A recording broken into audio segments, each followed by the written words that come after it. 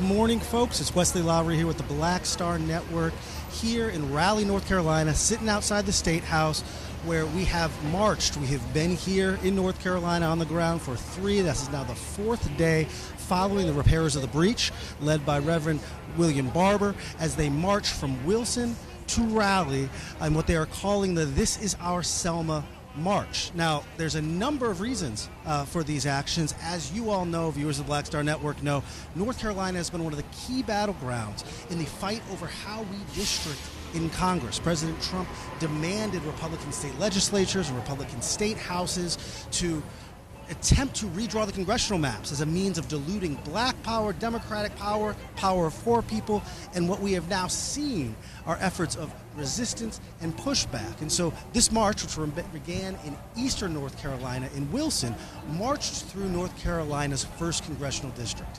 Now, that district, currently represented by Don Davis, longtime member of the CBC, was one of the districts here in North Carolina where we saw the legislature redraw the map to try to make it easier for Republicans to pick up a seat and for Donald Trump to control over the Republican House.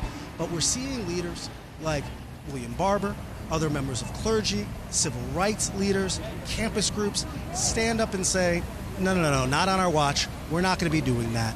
And so we have marched since Wednesday with hundreds of people across the state, through rural areas, now into the state capitol, as a means of rallying support in what is the first week of early voting in North Carolina, in what will be a key state during a key midterm election to decide who controls Congress.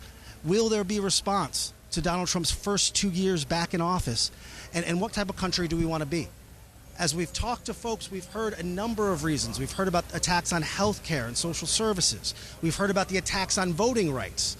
These efforts to reduce representation among black people being a direct attack on the enfranchisement and the voting rights that people have worked on forever.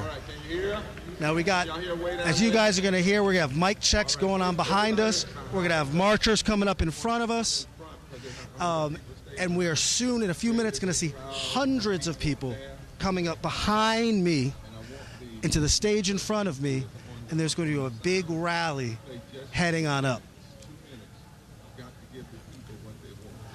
And so, not sure how much of that you all can hear, but we're getting ready to get our logistics going. We've been here on the ground for a few days, and we are getting ready to watch this rally here at the State House in North Carolina.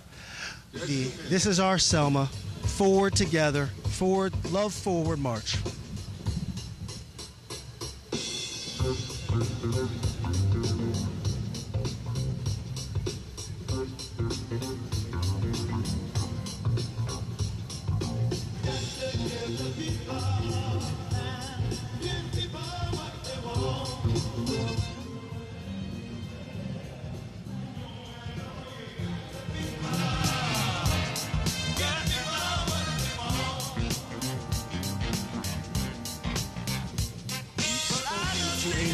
Of people, done interviews with Reverend Barber, other members of clergy, as well as a number of the marchers, to ask them why they're coming out and what they want to see happen.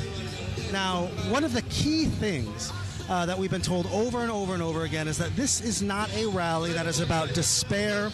This is not a rally that is about resistance, but rather this is a celebration and is a fight for vision moving forward. Reverend Barber, when we talked to him on the first day of the march as well as on the last day of the march yesterday, he made sure to stress that what he wants to hear from clergy around the country, here in North Carolina, but as well as political figures across the country, he wants to hear a clear vision, not just the resistance they want to have to the Trump administration, but he also wants to hear what we are standing for, what we are fighting for. You know, as everyone knows, especially viewers of Black Star Network, Reverend Barber comes out of a black faith tradition that stretches back to the Howard Thurmans and Martin Luther King Jr.'s, to Jesse Jackson, one that speaks about a vision for multiracial, multicultural democracy, one that advocates for the least of these, the poor, the disenfranchised, the blacks and Latinos. And so what we've seen throughout this march is a multiracial set of people white, black, Hispanic, folks who have come not just from here in North Carolina, but from around the country, people who've flown in from Utah and from California. We had one of the monks, someone who had been up in the nation's capital, who said he felt so moved by what he heard was going on here that he had to come down and join the rally and join the march. And so we have been talking to people. We have been marching with folks. It has been rain. It has been shine. It has been cold. It has been nice. The sun has come out by the end of the day, and so we're imagining that the clouds are going to part by the time this rally gets going, and we're going to have some sunlight here.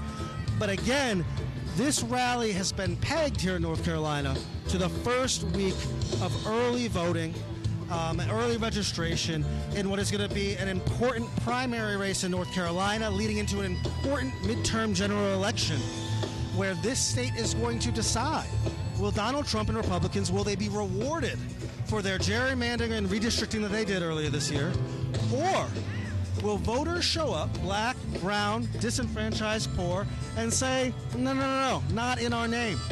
As Reverend Barber has noted, there were assumptions that went into how they redrew these maps. There were assumptions about how many people would show up and how many people would vote. And that if more black, brown, and poor voters who've stayed home in previous elections show up, it can foil those plans of the Republican legislature as well as President Donald Trump. And so the aim and the push here, from what we've heard from the marchers, what we've heard from the organizers, is that they want to see a mass movement of folks insisting that in this moment their voices won't be silenced, their votes will not be watered down, and that they're going to demand for a country and leadership in a country that aligns with their values. You know, this is a difficult moment. As we know, we've watched things play out across the country in recent weeks and recent months, whether it be the ICE actions and the Border Patrol actions, whether it be the behavior of federal agents and federal agencies, whether it be the handling of the Epstein files. We have seen an administration that was never popular become increasingly unpopular as it's carried out its agenda. And so what we imagine we are going to see across the country in months to come are moments and movements like this one here in North Carolina, of people stepping up and responding to what they're seeing and attempting to lay out a proactive vision of what they want to see from their government. And so as you guys can see over my shoulder, we now have a few hundred people making their way up Fayetteville Street in North Carolina, right in the heart of downtown Raleigh. They're making their way to the State House, toward us. We've got Reverend Barber at the stage in front of me, and they're starting to move their way here, where we're going to hear from faith leaders, where we're going to hear from political leaders, and we are going to hear from affected people talking about what the Trump administration's behavior and what its actions have been and how it has impacted real people here. I don't know if you guys can hear it, but we've got a choir about 10 feet in front of me singing "This Is Our Selma."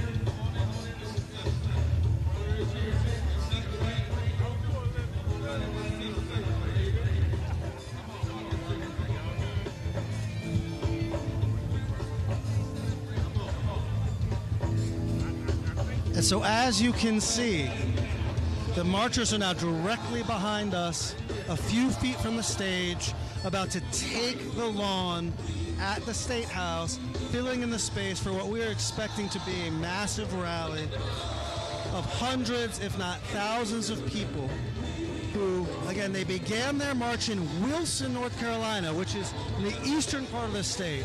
Poor, impoverished. This is not the Research Triangle. This is not Charlotte, where my family's from. These are areas of people who often do not get a lot of political rally and a lot of attention. And they started the march there because that is the district that the Trump administration has attempted to disenfranchise through their actions and their redistribution of the congressional seats. And so we've walked from Wilson 50 miles here to the State House, and so now to my left, people are filing in immediately to my left. The view you're looking at right now is directly next to us, filing their way from the street up to the State House steps, surrounding Reverend Barber, where we're expecting a rally to go on for several hours, demanding a positive vision in response to what has been a fascist, autocratic administration. As you can hear, they're singing and they have declared, "This is our Selma." And we're seeing a remarkable multiracial, multi-ethnic, young, old, clergy, singing, dancing, and clapping.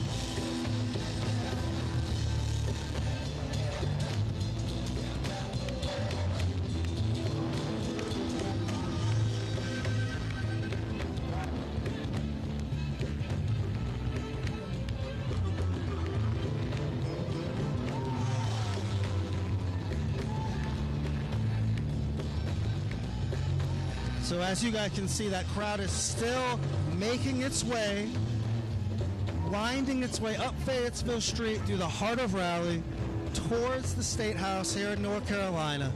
They're carrying signs that say "Forward Together." They say "Love is moral resistance." They say "We love voting rights for all." They are demanding oversight of ICE and of Border Patrol. They are pushing back on the Trump administration's attempts to gerrymander and to disenfranchise, to dilute the black vote, the brown vote, and the poor vote. And like I said, what you are seeing is the scene right over my shoulder on one screen and right in front of me on the other. You know, as we all say when we talk about funerals, right, we do a celebration of life. This is not a resistance rally, as Reverend Barber has said. This is a joyful celebration, and this is a push for a positive vision looking forward.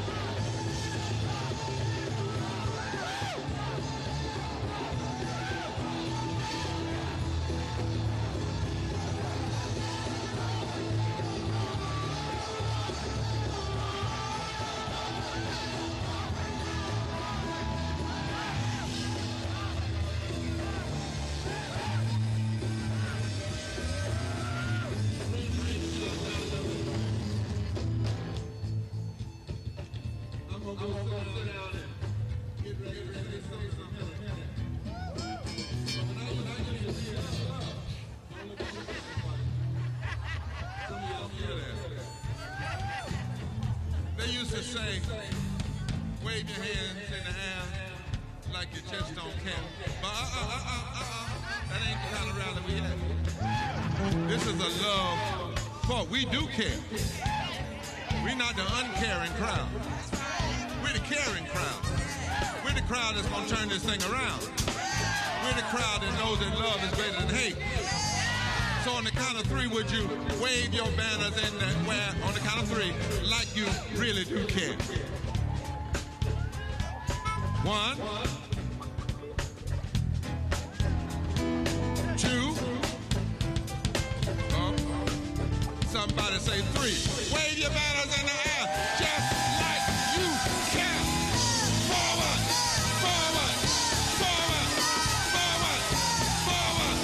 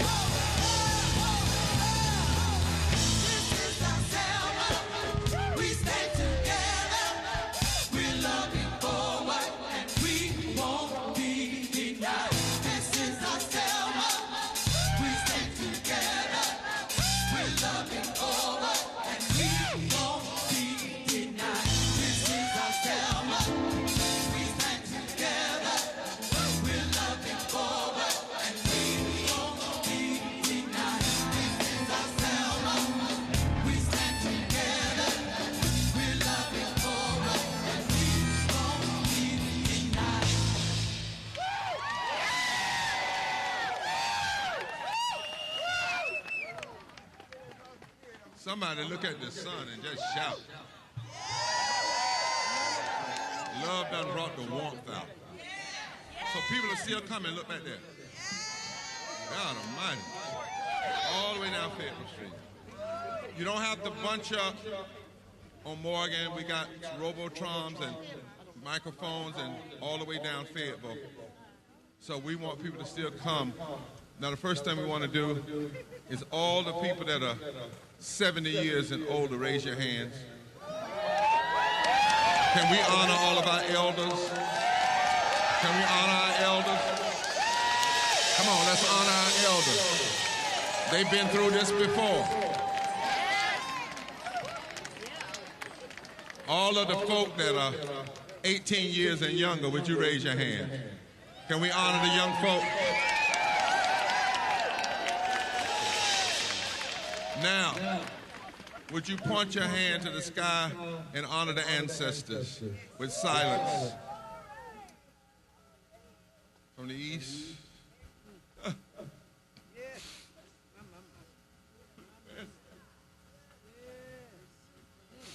To the north, to the south. We honor our ancestors who died, our father and others. Thank you for fighting before we had our chance. We will not let you down. Amen. Amen. We want to remember, look at people to tell them this is nonviolence. If you want to cut up, go somewhere else. This is nonviolence. Now, we want to remember folk that have been shot. Is that right?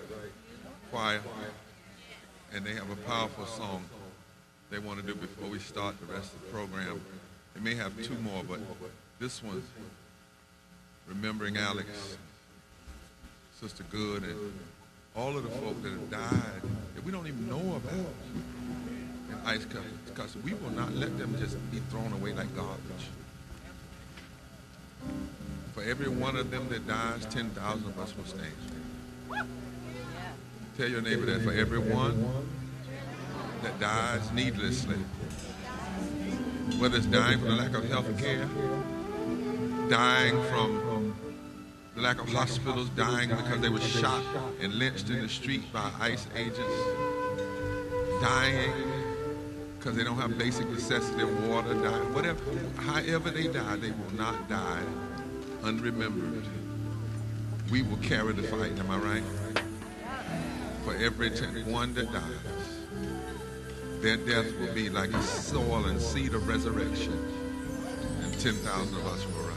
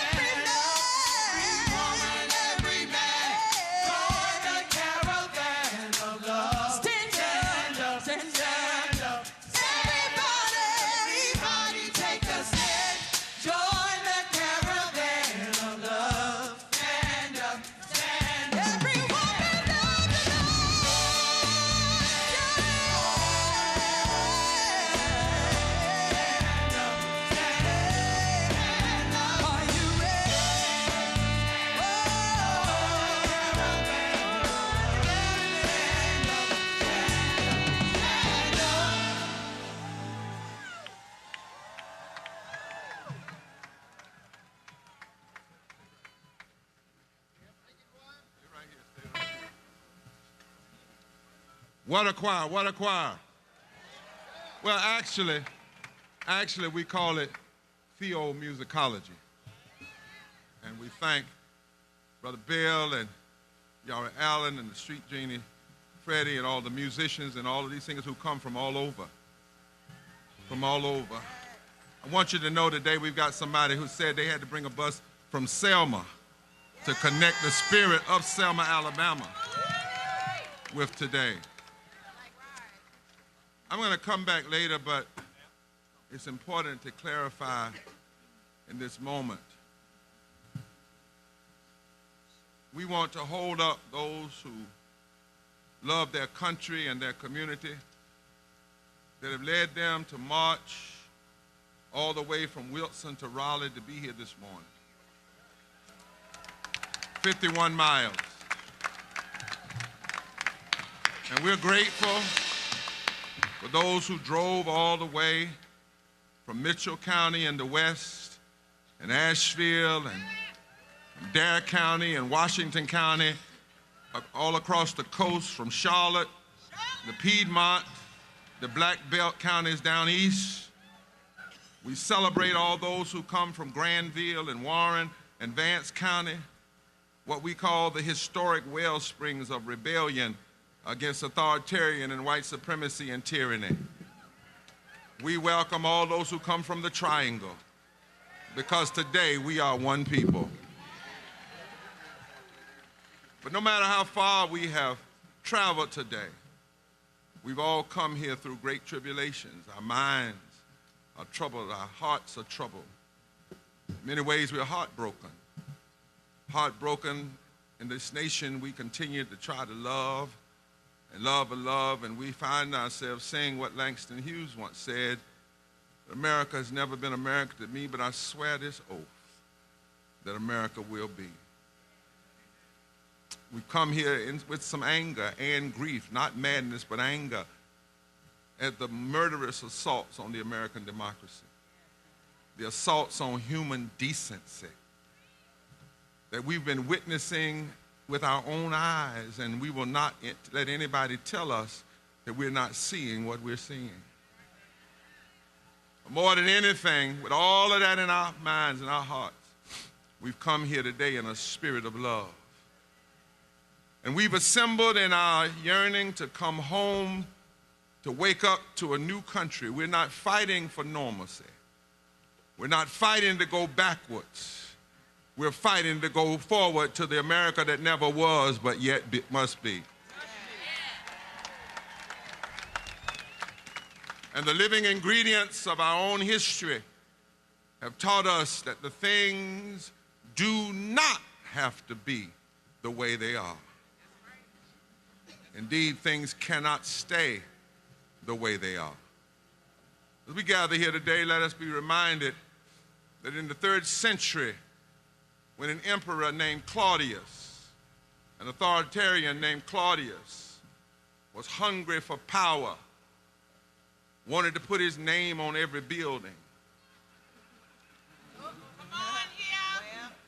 Talking about Claudius, who wanted to use his military to run rampant around the world. Claudius. And he wanted to use young men to wage wars when he himself wouldn't even fight. Claudius, who wanted to expand territory. He put out a decree against marriage for young men so that he could send them to war. And he thought that he could control love.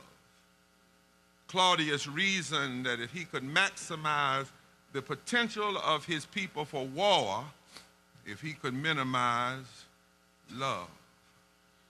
But Claudius' plans were frustrated by a priest in Rome named Valentine,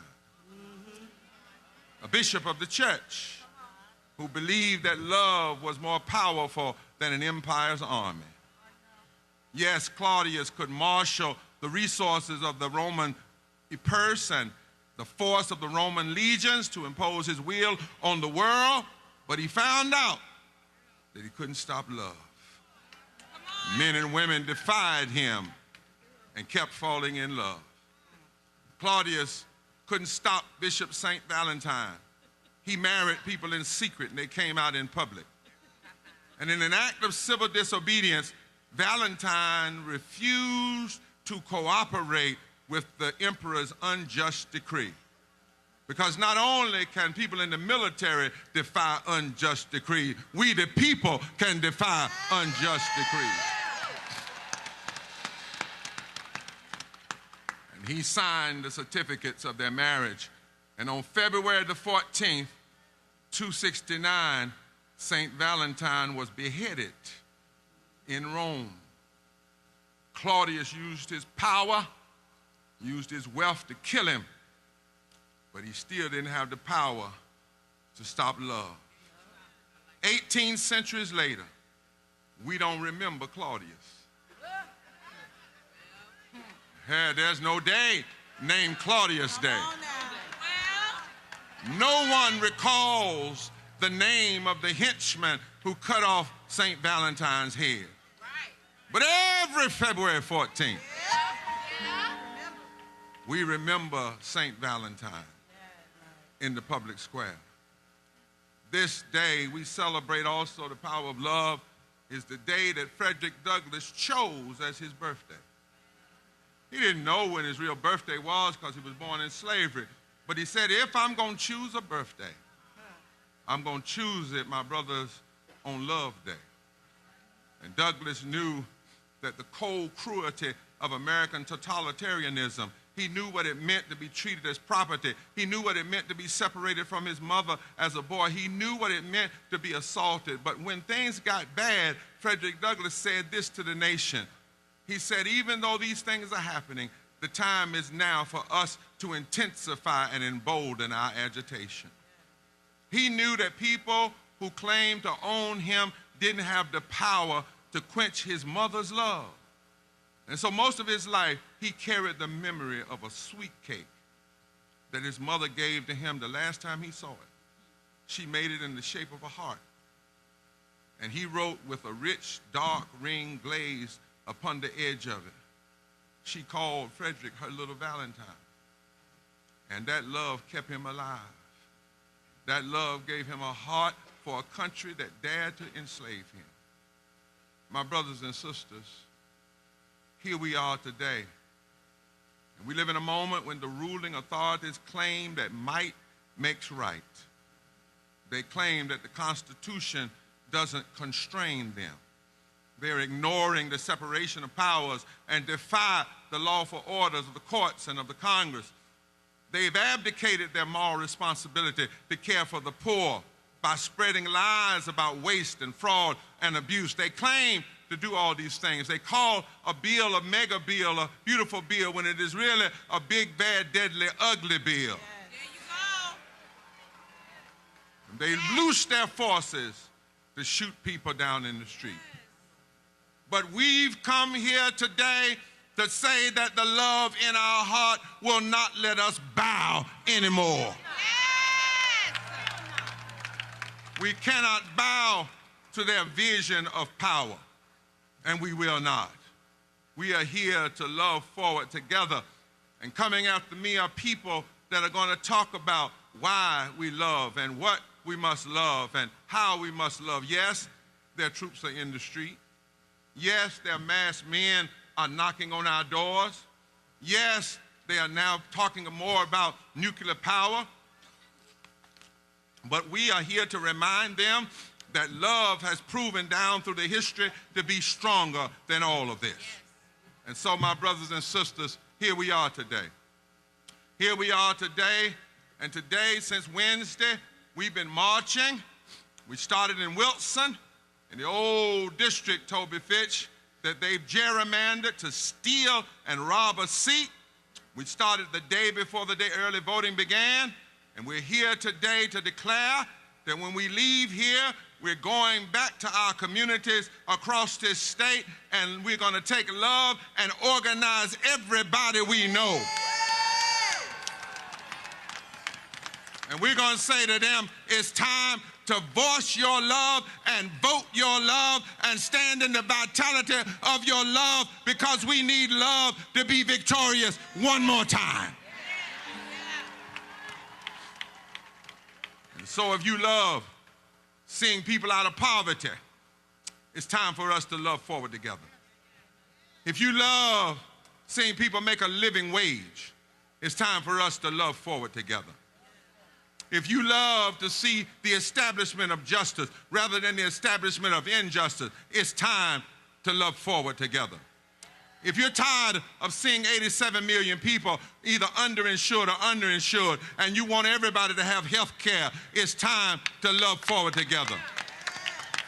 If you would rather see a nation put more money in public education, training our children's minds, than putting money in bombs to kill our people's future, it's time to love together. If you want to see a nation that recognizes that power is not supposed to be used to hurt and to beat people, but power is supposed to be used to lift and help people, it's time to love together. If you would love to be in a nation that cares about everybody, that believes that empathy is a virtue that we all should have, that looking down on people should only happen when you're looking down to pick them up, it's time to love together. On every street corner, on every step, down every tobacco road, through every cornfield, through every corner, through every road, it's time to love together. And let them tell us not what we can do. For we come from people like Harriet Tubman. She didn't have Snapchat. She didn't have email. She didn't have a cell phone. She didn't have social media, but she had love in her heart. She had a made-up mind. She had a strong constitution, and she got 700 people out of slavery, even though she had epilepsy. Don't tell us what we can't do. Our ancestors took on this nation before. It's just our time to take it on today. And while we're taking it on, I want to suggest, with just a little bit of preaching, that we ought to sing while we're doing it. And we ought to sing that song that never fails. We shall overcome. It was a song that came from the enslaved people's spirituals. It was a song that was sung in the labor movement. It's a song that was sung when Joan Baez sung it at the March on Washington. It was the song they taught at the Highlander Folk School up in Tennessee. It became the anthem of the civil rights movement. And the words teach us how we have to love. It says we, not I, but we. Look at your neighbor and say we. Black and white, we. Brown and indigenous, we. Asian and young and old, we. Gay and straight and trans, we. Baptist and Methodist and Christian and Jewish and Muslim and people who may not be of faith, but they believe in the moral arc of the universe. We shall. And it says shall, not maybe. In fact, you never change that word, we might overcome. No, it's we shall overcome. Why shall? Why shall? Why is it definite? Because in the Bible, in the Greek word, the overcome comes from the word nikos, which is that's like the word Nike, but it means to be victorious. Whenever you use the word overcome, it is a recognition that you will not overcome in your own strength. You will not overcome in your own power. You will not overcome in your own might. But if you do the Lord's work, you shall overcome. Oh, can I holler just a second? I don't care what they say. The Lord is my light, my salvation. Whom shall I fear? I don't care what they say. Who shall be against us if the Lord is for us? I don't care what they say. They that wait on the Lord shall renew their strength. They shall mount up on wings as eagles. They shall run and not get weary. They shall walk and not faint. Do I have a witness here? I don't care what they take from us. God shall supply every need that we have. The Lord is my shepherd. We shall not want. So I'm going to let the other folk talk now. but we shall vote like never before. We shall stand like never before. We shall overcome. We shall make it through this mess. We shall see a new day. We shall love forward. We shall overcome. We shall organize. We shall tell the truth. We shall see a new America. Do I have a witness? Yes, we shall. Yes, we shall. Yes, we shall. Yes, we shall. We shall overcome. We shall overcome.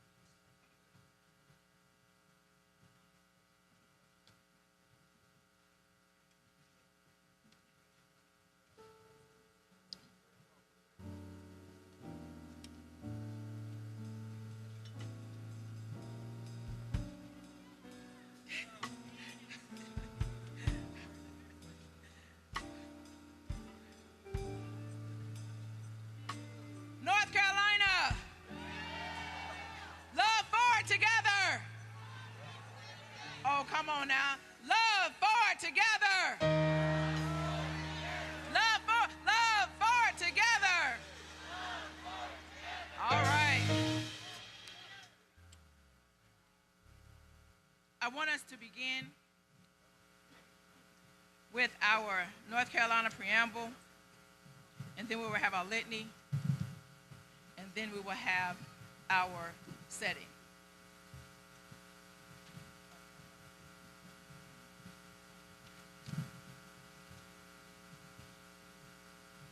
We, the people of the state of North Carolina, grateful to Almighty God, the sovereign ruler of nations, for the preservation of the American Union and the existence of our civil, political, and religious liberties, and acknowledging our dependence upon Him for the continuance of those blessings to us and our prosperity, due for the more certain security thereof, and for the better government of this state, ordain and establish this Constitution.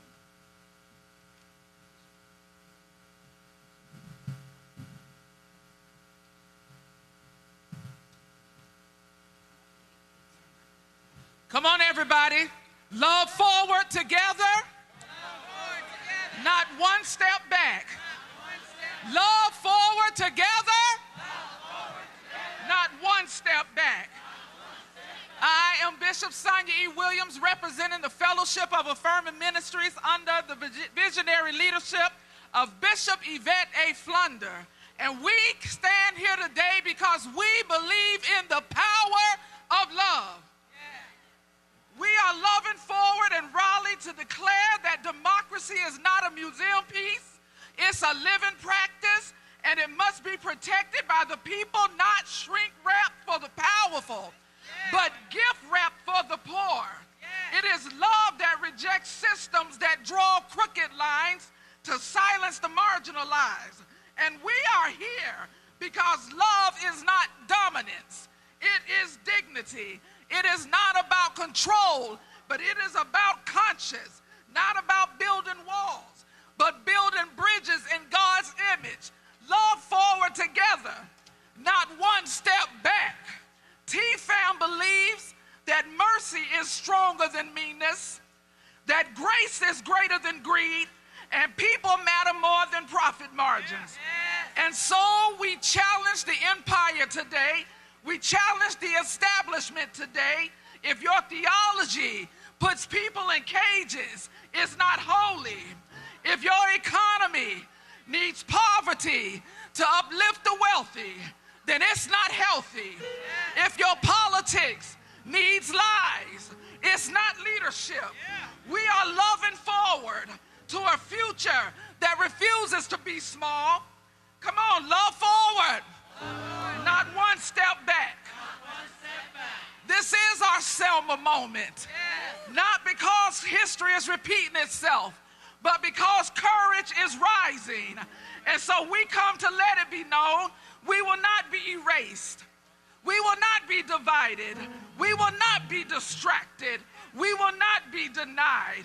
We march with love in our mouths and truth in our feet. Because when we march with love, then history has no choice but to change. Say it one more time with me. Love forward together. Not one step back. We shall overcome. God bless you.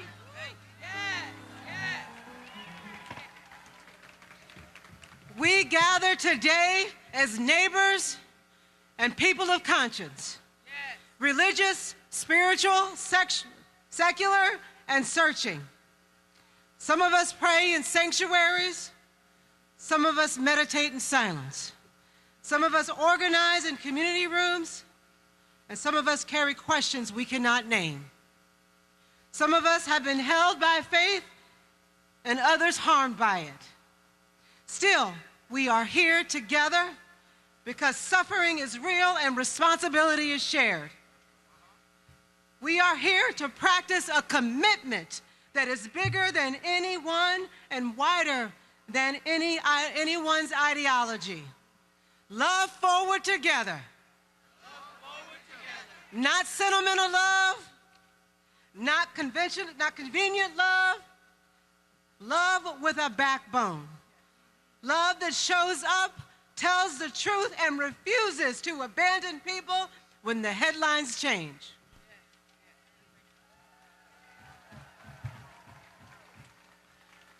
And we name what is happening in our communities without denial. People are working hard. What are they doing? Working hard. And they're still falling behind. Families are choosing between rent and medicine, between food and utilities, between rest and another shift. Elders carry too much on too little. And children absorb, listen to this, children absorb stress they did not create. We name housing insecurity and displacement. We name healthcare that feels out of reach. We name the loneliness that grows when survival becomes a full-time job. We name the violence we can see and the violence of neglect that hides in plain sight. Yes. And we see clearly these burdens are not private failures. They are public issues. So we choose to respond publicly with solidarity and organization and courage and the guided commitment of love forward together. Amen. Amen, amen. I want you to grab your person beside, let them know you got them. There's some persons that said they need to seat. If you're disabled and you need to sit down, you can come right back through here. They'll let you back. There's some seats in the back. The litanies need to be 2 sentences. 2 sentences, 1 minute, 2 sentences. Everybody that's coming now is coming, and each person is doing 2 minutes going right to their issue, right? Because before we finish this, in about 45 minutes, I have to come back and give us our marching orders, because if you do a rally with no marching orders, you might not have done it, right? So I want everybody to hear that. Now, they say, well, Reverend Barber, you talk longer than 2 minutes. That's because my job, as I was asked to do, was to set the reason why we were here, okay? Everybody doesn't do that. It's not ego. It's just setting it here. But we are about a rally to make sure that we have an agenda when we live here. So whatever you have in front of you, take your best 2 sentences of that litany. We want to get our other, particularly our impacted speakers. So I want to shift a little bit. We make sure we get some impacted folk up here right after this crowd. Am I right? I'm talking about folk that labor, health care, that kind of thing. Let them have the mic. And any preacher that doesn't want them to have the mic, well, we'll pray for you. All right? So 2 sentences. Clarity, thank you. Look at that, helping people. Look at that, helping this. That's what I'm talking about. That's what we're talking about. The rally, somebody gave up their seat so somebody else could sit down. Put a hand together. Put your hands together. Now, can you all hang tight with us for 45 minutes so we can get our marching orders after that? All right, all right. Let's move.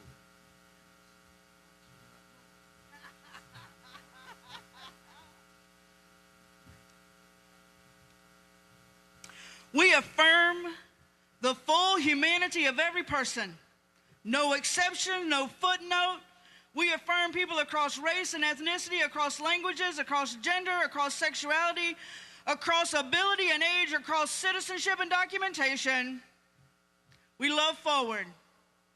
And it means we will not fear, we will not let fear decide who belongs. We commit to an ethic deeper than party lines and louder than talking points. Truth matters, dignity matters, and the public good matters. We commit to justice that can be measured, safe and stable housing, accessible, affordable health care, living wages, and fair labor protections. Love forward together. We begin when the nation begins without party, without personality, without permission. We, the people of the United States, in order to form a more perfect union, not a perfect union, but a more perfect one. That is constitutional language for we are still under construction. And if we are still under construction, then we are still responsible. A union is not just geography, it is a moral agreement. And when the agreement is broken, repair is not betrayal, repair is patriotic. The preamble does not start with we the government. It does not start with we the wealthy. It does not start with we the landowners. It starts with we the people. That means the legitimacy of this democracy is not owned by a few. It is delegated from the people through participation, through our voices, through the ballot, through the public witness, and through moral courage. So when anybody tries to shrink who counts as the people, then policies and practices must make more expensive, then making voting harder, slower, more suspicious, more expensive. This is not a minor procedural disagreement. It is a direct assault on the Constitution's opening purpose. It says establish justice. Justice is not a mood, it's not a slogan, it's not selective sympathy. Justice is a constitutional aim. Not revenge, but justice. Not favoritism, but justice. Not I got mine, but justice. So let's love forward together, not one step back.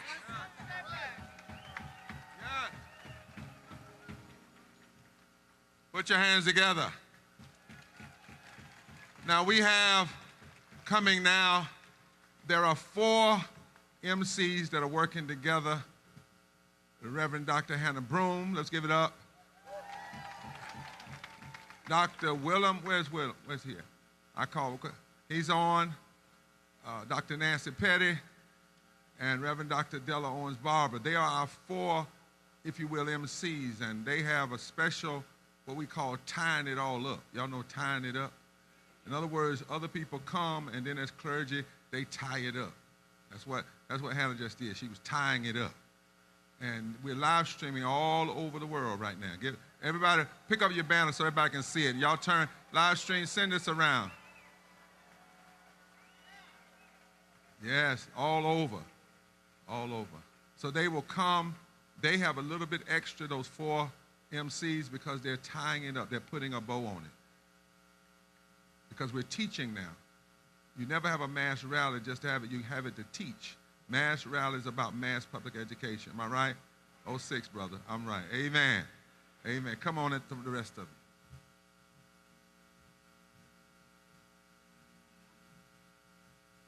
Thank you, Bishop. I want to introduce next from Second Chance Alliances. They're going to be sharing with us today why we love voting rights and the ballot, particularly for formerly incarcerated persons. Standing with him is Greg Singleton and Sangria Noble. Will you please welcome them?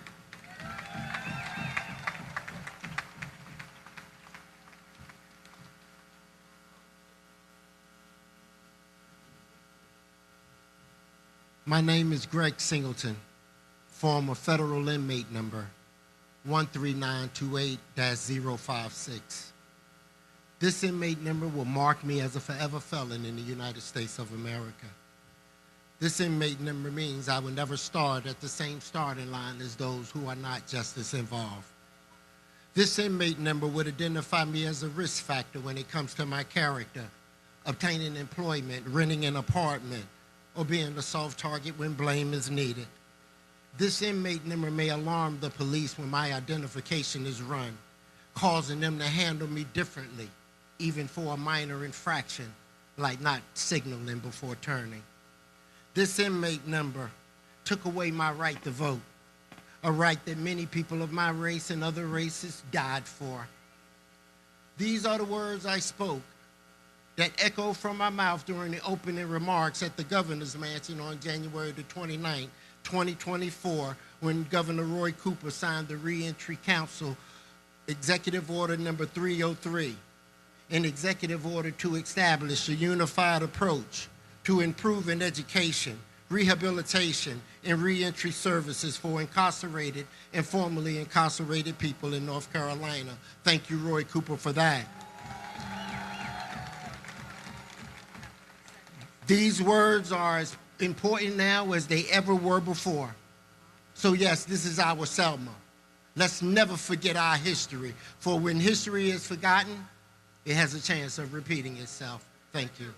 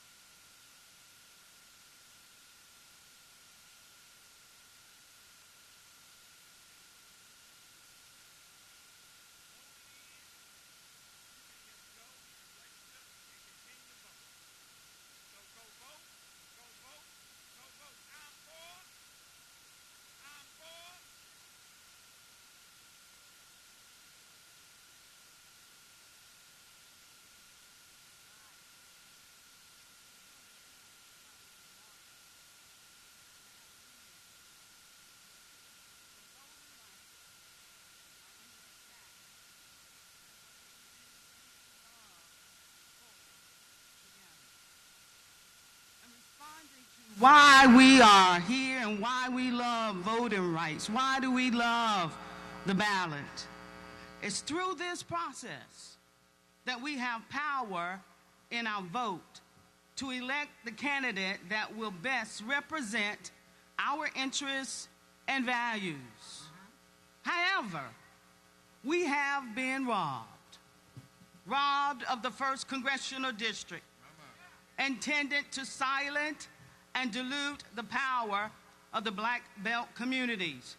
It was a strategic maneuver designed to help the GOP maintain control over the U.S. Congress in the upcoming 2026 midterm election.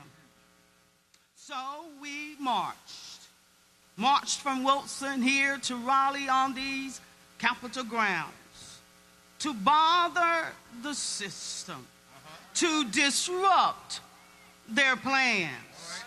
That is in this moment that we have decided that we are going to shine the light of love and mobilize voters from county to county, from precinct to precinct, from neighborhood to neighborhood, and get every infrequent voters to the polls to exercise our power and voting.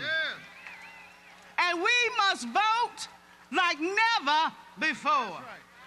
We cannot be satisfied, my sisters and brothers, when 90 million, hear me, when 90 million people did not vote in the 2024 election, while only 7,000 votes decided who now controls the House of Representatives. In the 1st Congressional District, the margin of victory for the presidential election was 1,100 votes, while 185,000 people did not vote. So it's time, and we must dispel the apathetic mindset that your vote does matter or that it will make a difference. It matters. No one steals anything that does not have value. So the ballot is valuable. Your voting power is valuable. It is the value in every policy decision that is made that will impact your life. This is why we love voting rights and love the ballot, because it has value. So say my voice is valuable. My vote is valuable. And we refuse to let anyone steal my vote, steal my ballot, steal my choice. Because first of all, the great Creator gave us all free will, the free will to choose. And so we refuse to let them steal our vote because it's valuable. We will love forward together. Come on, come on.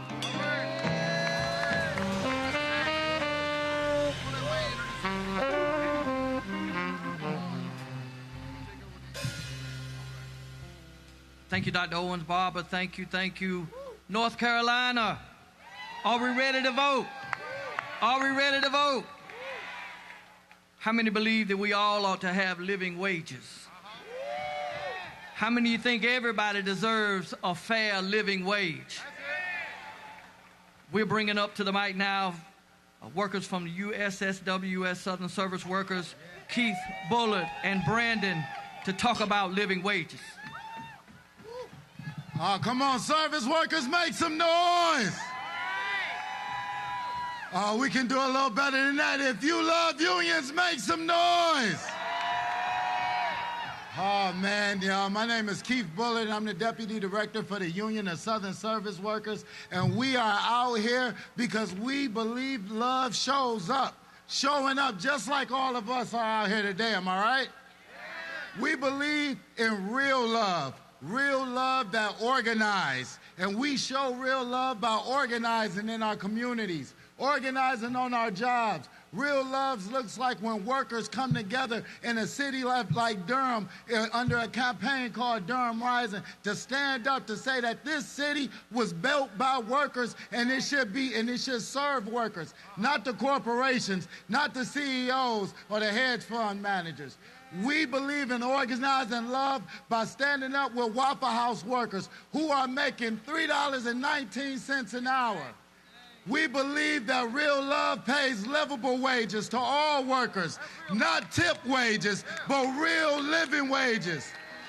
We believe real love is protecting workers so that workers can go to work and come home, not go to work one way and leave out on the stretcher because of unsafe working conditions. We believe that real love for workers in our communities is by standing up for the most vulnerable people in our communities, standing up for all workers, our immigrant brothers and sisters, our neighbors. Real love organizes, and that's why we are here today, because our strategy is exactly in our chant today, that love forward together. Am I right? Yeah. Let me hear y'all say love forward together. One more time, say love forward together. Love forward together. Now I need y'all to make some noise for one of our worker leaders, Brandon. Hey everybody, my name is Brandon Ruffin, and I'm a member of the Union of Southern Service Workers. A union built by and for low-wage workers across the South. I've worked retail most of my work career, never made more than $9 an hour. Nobody can survive on that. Many of us work full-time and are still poor, even though we keep this country running. We the ones that pack boxes, cook food, and clean buildings. Meanwhile, corporations and billionaires make record profits. Workers built this economy, but we're told to accept low pay, unsafe working conditions, and unpredictable schedules. That's not love, people. That is exploitation. This fight is also about who belongs. My immigrant brothers and sisters and family are being targeted the most right now. Most of them are being detained right now. They are not convicted felons, neither are they criminals. They are workers, they are parents and neighbors. When workers stand across race, immigration status, job titles, we shift power. That's real love in action. And we will win. That's right.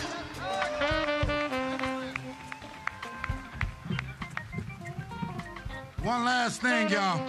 Repeat after me. Say, it is our duty to fight for our freedom. It is our duty to fight for our freedom. It is our duty to win. It is our duty to win. We must love each other and support each other. We must love each other and support each other. We have nothing to lose but our change. We have nothing to lose. Now make some noise. When we talk about fighting and loving justice for the poor, what we're really talking about is loving people. People that have names, people that have stories, people that have families and dreams and dignity. This is not a black or a white issue, left or right, red or blue, Democrat or Republican. This is about making sure all of humanity has access to the resources they are often denied. Throughout history, societies have been judged by how they treat the most vulnerable. Across all of our faith tradition, there's a common thread and a mandatory focus on providing care for the vulnerable, disadvantaged, and marginalized. Our faith reminds us that whoever oppresses the poor shows contempt for their maker. The prophet Isaiah reminds us that we are called to seek justice and defend the oppressed. Justice for the poor isn't just some secondary issue, but it is central to what it means to love mercy and do justice and walk humbly with our God. When people are trapped in poverty without access to fair wages, without access to education and health care or legal protection, it weakens the moral fabric of our entire community. Poverty is not just about lack of money, it's about a lack of opportunity and a lack of voices. Loving justice for the poor means more than just feeling sympathy. It's believing that every person carries equal worth. It means asking the hard questions about systems that keep people stuck in their situation. It means choosing generosity over indifference, advocacy over silence, compassion over convenience. Justice for the poor is love with courage. It is compassion with purpose. And if we believe that everybody has human value and worth, then loving justice for the poor is not just an option, but it is a reflection of our humanity. It is how we build a society where strength is used to lift up from the bottom. Lift up from the bottom, not measure success about how high and powerful rise, but how well the vulnerable stand. Let us love forward together. Let us love forward together. Yes, sir. Forward together. Say it again. Love forward together. We need 4 people that'll come and relieve. We need black, white, diversity, Asian, brown, that'll relieve the banners. 4 people that'll come quickly and relieve the banners. We take care of each other. Say, take care of each other. Take care of each other. Now, quickly, we got to do something. Come on, choir, come on, choir. There's a song that they're going to sing, and you'll understand it in a minute. We are not just here rallying just to say what we want. We are saying it because we're educating so we can fight for what we want. Did you know in the last election, the presidential election was decided in this state by 185,000 votes? Over 400,000 African Americans did not vote, and over 1.2 million poor and low-wage people did not vote. And the number one reason they said is nobody talks to us. Did you know when they stole that district down east, they based it on only a 45% turnout? If 50% of the people turn out, the gerrymandering can become dummymandering. So there comes a time you have to focus not on what they have done, but what we are going to do. We have power. We have power. So we're not here talking about Democrats, Republicans, or independents. We're talking about the power that we have. And we're saying to politicians, don't just come tell us what you're against. Tell us what you're for. What are you loving forward for?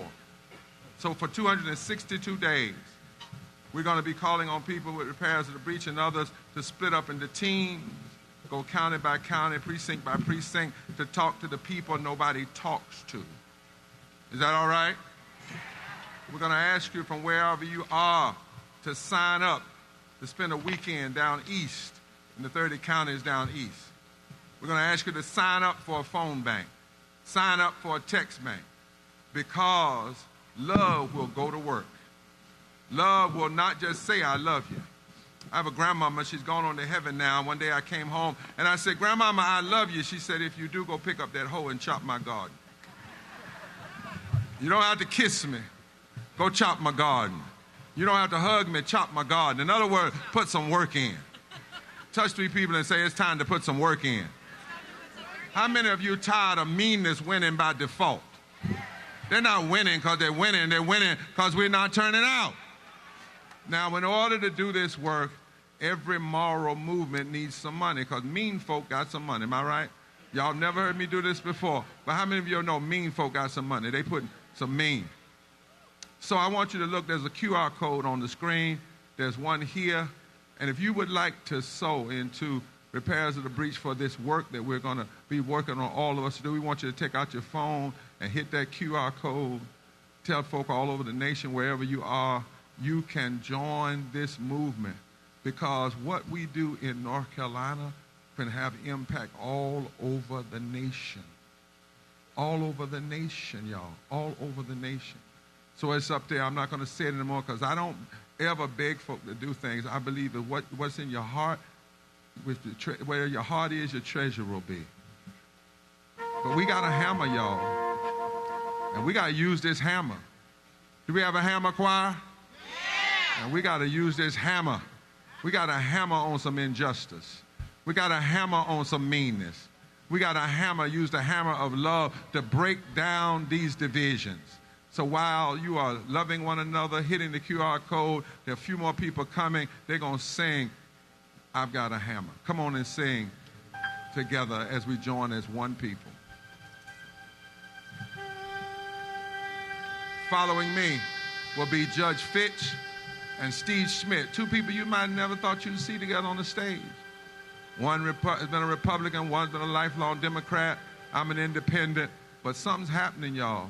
People are coming together all over all different kinds of lines, and they will come to the stage just after I've Got a Hammer.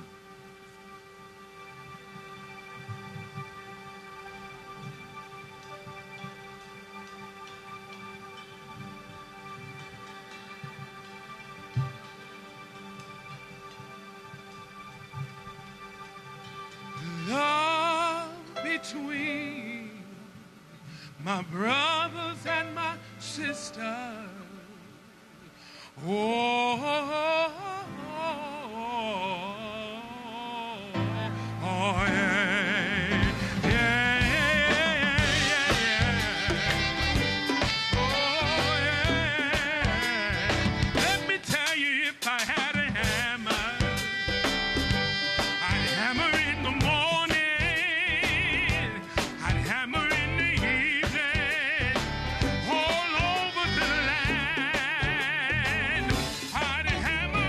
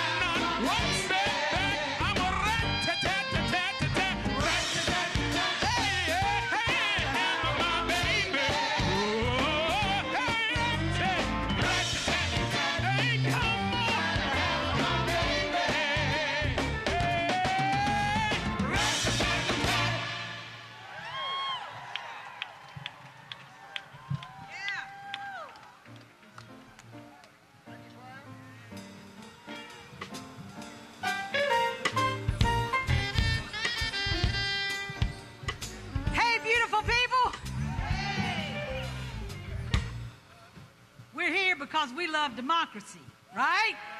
That's right. We're going to hear now from Judge Toby Fitch about why we love democracy.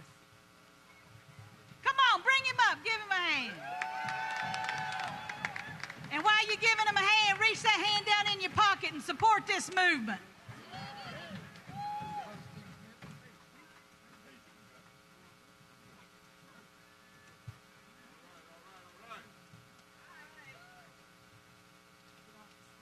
Good afternoon.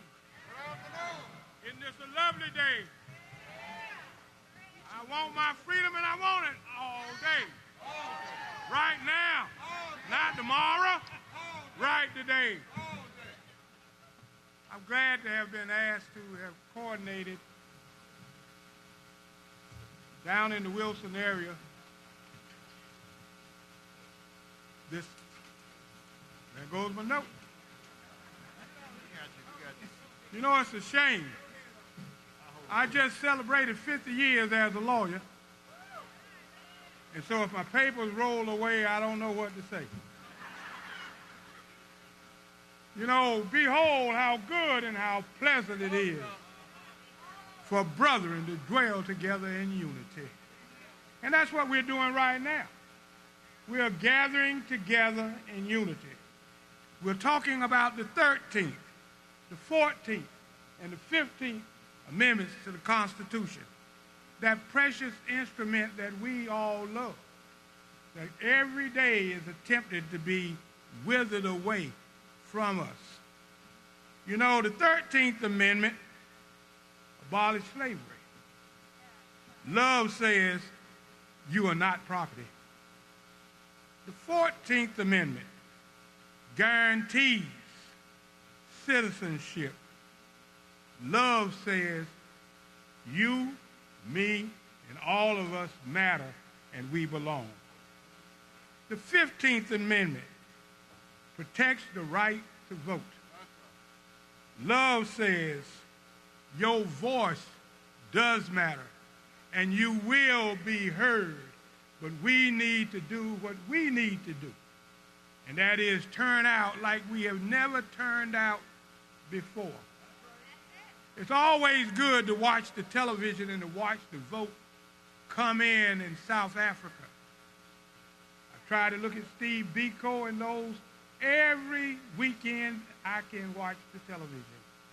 And why is that important? It is important because people stayed in line, got in line all day, all week long to be able to cast that most precious thing called vote. So that's what we are beginning to do now, because what? The voting period has now opened. Let's go as never before. They tried to change and chain our bodies. Well, we broke that chain. They tried to deny our humility. But that also has changed.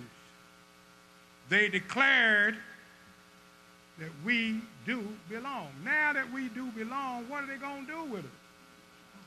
They're going to do exactly what that document says. We,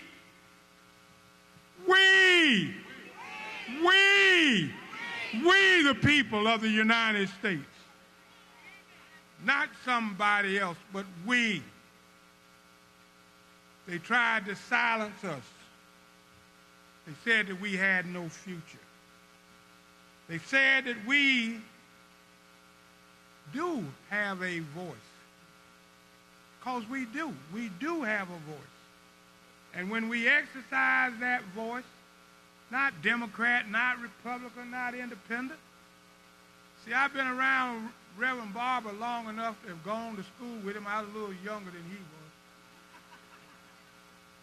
And it was always good to be able to sit in the dorm, to be able to talk to somebody whose time it was to lead his people.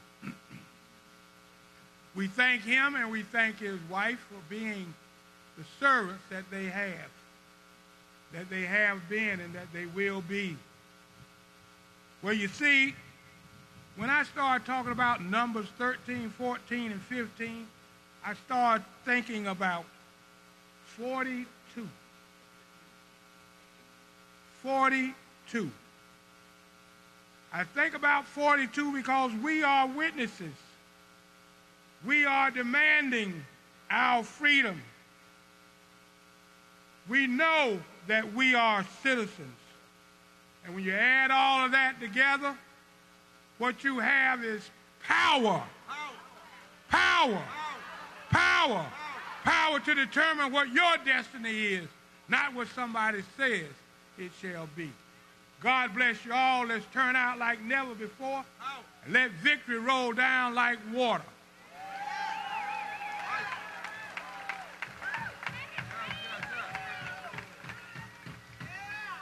Somebody give it up for our judge. And you should know that in 1968, this man and others walked from Raleigh to Wilson to change the directory of politics in this state. We have come from Wilson to Raleigh to change the directory of politics in this state. Come on and welcome our friend Steve Schmidt to the microphone. My brother. Thank you, sir. Good afternoon, my fellow Americans. 250 years ago, the world was remade when the greatest idea in all of history was put to paper by the hand of man. An incomplete idea that 250 years later, down the river of the long American story, we find ourselves standing here together today to reaffirm it, that all men are created equal and endowed by their Creator with certain inalienable rights, among them life, liberty, and the pursuit of happiness. And we do not come today to negotiate or to plead for our rights, because they do not come from Donald Trump and Kristi Noem and Pam Bondi. They come from a higher power. And we are not here to negotiate the freedom of speech and the freedom of assembly and the freedom of religion. We are here to declare that we are not indifferent to the suffering of the child on a cold, hard concrete floor in a jail cell in an American concentration camp. We say no. We are in an hour of great crisis in this country. But we are in also the early hours of a great awakening in this country. It is beyond my capacity to explain why it is this test has come. But we all know that there is a dark night ahead before the dawn will break, and this is not new. 250 years ago, after those words rang out a declaration of independence that we would not live under a king, the revolution was all but lost. Faith had evaporated in the cause, and words were put to paper by a young man, 26 years of age, an immigrant. And he said something that holds true to this hour, 250 years later. He said in that desperate moment in December of 1776, "These are the times that try men's souls. The summer soldier and the sunshine patriot will in this crisis shrink from the service of their country. But he that stands by it now deserves the love and thanks of man and woman. Tyranny, like hell, is not easily conquered. Yet we have this consolation with us, that the harder the conflict, the more glorious the triumph. What we obtain too cheap, we esteem too lightly. It is dearness only that gives everything its value. heaven knows how to put a proper price upon its goods. And it would be strange indeed if so celestial an article as freedom should not be highly rated. Today, we stand in defiance. Today, we stand up as Americans. We stand up as brothers and sisters against the wrong in the name of the right. Our freedom will not go gently into that good night. Yes, yes. Thank you. Yes, sir. Will not go gently. Somebody say, will not go gently. Now, I know sometimes my folk get a little aggravated, but I want to do this. Katrina, come here, and I want that lift to go up and get Sloan up here. We have a rule at Repairers. We don't ever put folk in front of the impacted. And each person that you had impacted, people formerly incarcerated, voting rights. We've got our voting rights lawyers coming, some preachers coming. But this sister here, who fights every day, is a powerful spoken word artist, and she heard something and she's going to put it together. And then I want to bring Sloan and his friend here. You will understand that when you see them, they even were arrested in the rotunda, standing for freedom. When you see Sloan in them, there won't be much else to say. Our goal is at 12:15. We're going to go to work. We're going to leave this place. I want everybody to be mindful of that. But I want this sister speak out of her heart, Sloan to come.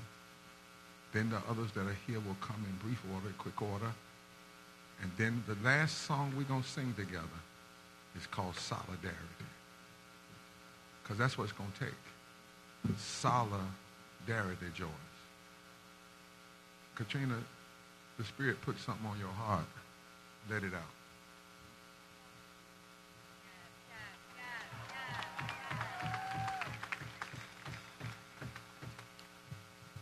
This is dedicated to my mother, who is the epitome of love. Keep fighting, Ma. The Bible states from the heavens above that God is love. It is shown by its nature, and its action is heard because actions always speak louder than words. Love is patient, like the ones Alex Preddy took care of. Love is kind or good for the soul, like Renee Nicole. It is not envy. It does not boast. It is not like most. It is not proud. It is not silent. It is loud.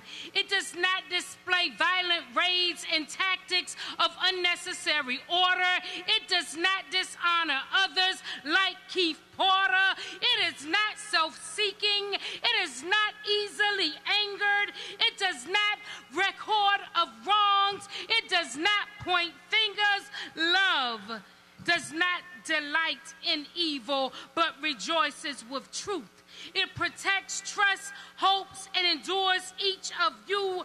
Love like God. It never fails. Love moves forward. It writes letters from jail. It marched. It overcame. It sat at lunch counters. It had a dream. It waded in waters. It rode with freedom on buses. It gets in good trouble. It stands up for justice. It signed the Emancipation Proclamation. It took on the Board of Education. It broke barriers while breaking records. It walked peacefully in the cold and snow from Texas. It arrived at the state capitol. It's a General Assembly. This is our Selma from Wilson to Raleigh. It repairs breaches. It campaigns for poor people. It would not let gerrymander. It created men that are equal. You see, love, it will mobilize. Love, it will strategize. Love, it will legalize. But you first gotta visualize. You write it down. You make it plain. Love replaces fear. Love replaces pain. It will pay a living wage. It will end poverty. It will welcome immigrants. It will rule the majority. It will instate voting rights. It will support public education. It will restore religious values. It is the core of our nation. It will provide health care for all. It will save our environment. It will not choose sides. Its truths will be self-evident. It will melt away ice, hearts that are frozen and cold. You gotta know this isn't of love. You gotta let that hate go. Ice out, love in, because then and only then will love win. Just follow the sun. Look to the skies above. These three remain: faith, hope, but the greatest, and I do mean the greatest of these, is love.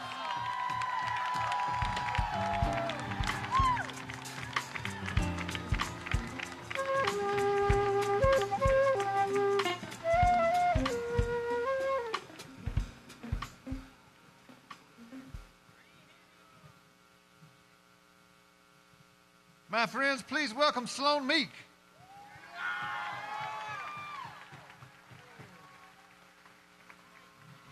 And coming with him is Savia Carroll.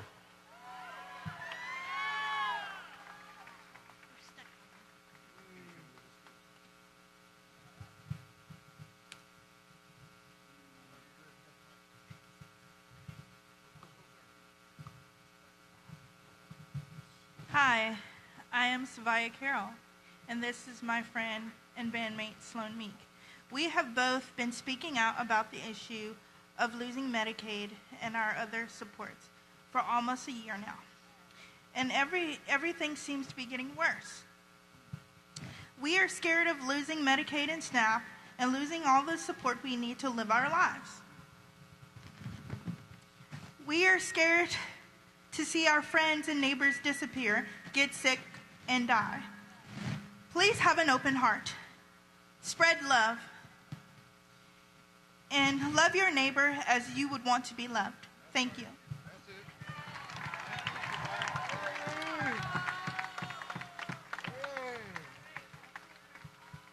Name, luncheon, Raleigh.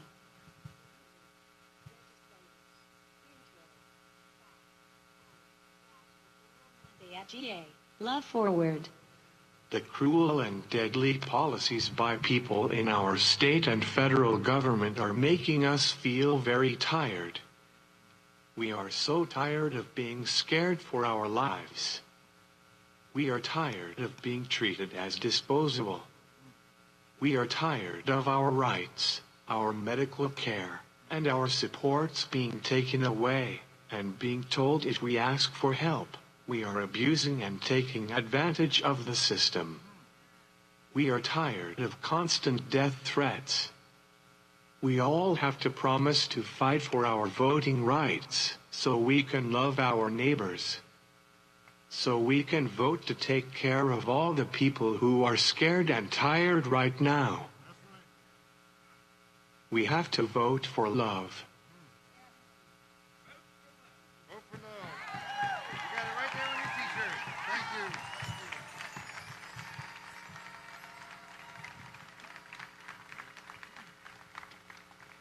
If you're ready to love forward with Sloan and Savia, say yeah.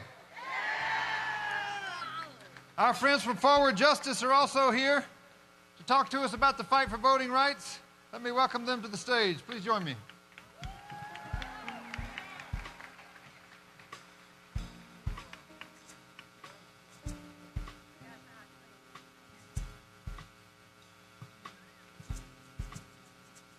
Greetings, everybody. Thank you all for being here today. My name is Ashley Mitchell, and I stand before you not just as a staff attorney at Forward Justice or a civil rights attorney, but as a proud North Carolinian from the eastern part of the state who refuses to stay silent while our democracy is under attack. I am a resident of CD1, where the racist gerrymandering maps were recently passed, and this fight directly impacts me, my family, my church family, and my community at large. In Congressional District 1 and Congressional District 3, new redistricting maps have surgically stripped away black and brown voting strength. Lines have been drawn with precision to weaken the impact of diverse communities and to make it harder for our votes to truly count. This is modern day gerrymandering with Jim Crow's handwriting all over it. And let's not forget our college campuses. The removal and restriction of voting sites on campuses such as Elizabeth City State University, which hits home to me, and North Carolina A&T State University is a direct attack on young, black, brown, and first-time voters, the very people who represent the future of this state. We demand that legislators and election officials reverse these harmful changes. We demand fair district maps that reflect our communities, not erase them. We demand accessible early voting, fair absentee ballot rules, and equitable campus voting sites. And to those that are trying to silence us, especially those of us out there in the East, you will not succeed. We are organized, we are informed, and we are powerful. Thank you. Ooh, thank you, Ashley. My name is Kat Robles. I am Voting Rights Counsel at Forward Justice. We are here because we love voting rights for all, not just the rich or the privileged, but for all. As Ashley already told you, entrenched groups have long tried to keep the vote out of the hands of the less powerful, and this is the cycle we have seen over and over again in North Carolina. Each time black and brown voters gain power, gain access to the franchise, there is a backlash and an attempt to cut back on those rights. And I'm here to tell you that if your vote didn't matter, they wouldn't be trying so hard to suppress it. And we need to remember our power. Despite all of the efforts to suppress the vote, let's talk about the amazing things that we have won. Ashley just talked about Eastern North Carolina. They already tried to take that district away in 2022 and in 2024. And did it work? No. They already said they took that district away. They gerrymandered it out, but the people came out. They voted for someone who represented their interests. So don't let anyone tell you that district is gone. We are in the cycle right now. I know people like Ashley are going to be out and voting. We also saw an attempt to steal a Supreme Court space in the last election. I know a lot of you guys were right here with me. In 2024, we saw someone trying to change the rules of the election after it was already decided, to retroactively toss out votes. But the people responded. They came out here to tell their stories. They came to the legislature, to the Capitol, over and over again. Ultimately, Judge Griffin conceded that race because of the voices of so many of you here today. Early voting has already started. Please, please go out and vote and call 888-OUR-VOTE. If your neighbors are being intimidated, please look out for your Latino neighbors. Please report if you see ICE. Yes.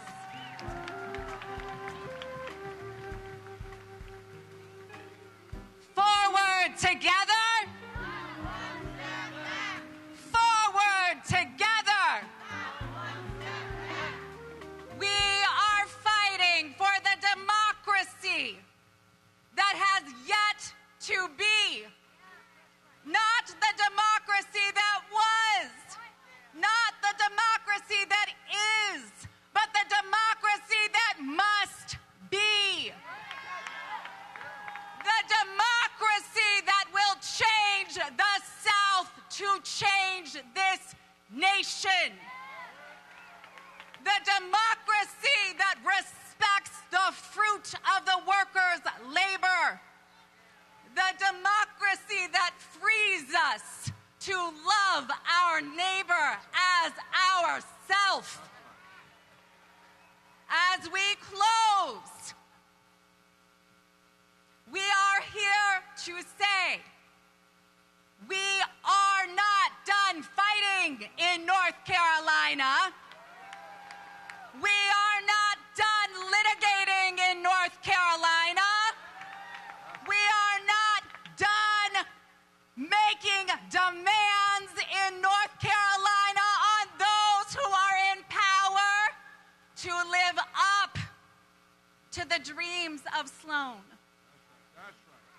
to live up to the dreams of our babies.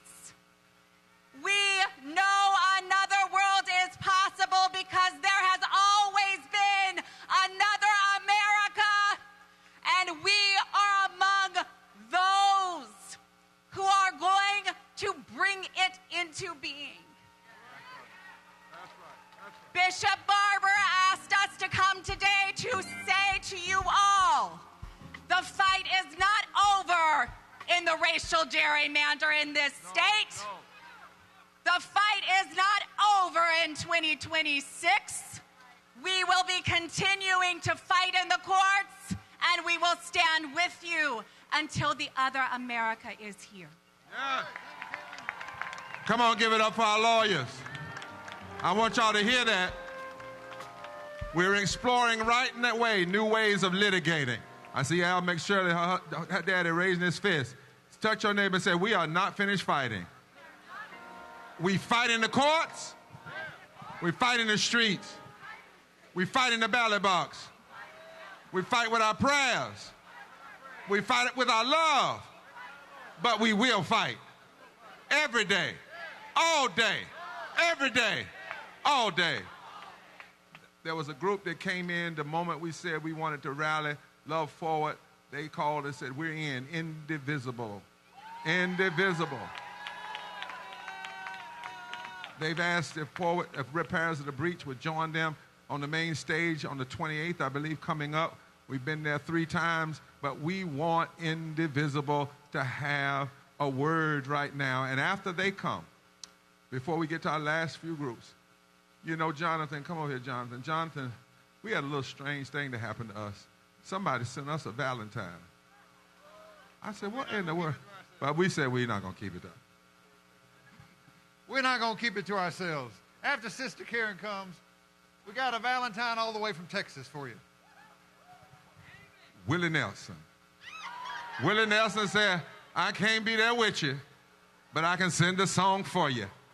He said, I'm going to send a Valentine to all the people that are walking and loving forward together. And he said next time if he can come, he'll come. But he sent us a special song for this special day. And then we'll close out. And then the last song will be Solidarity when we give our final marching note. But before that, Indivisible. Let's welcome.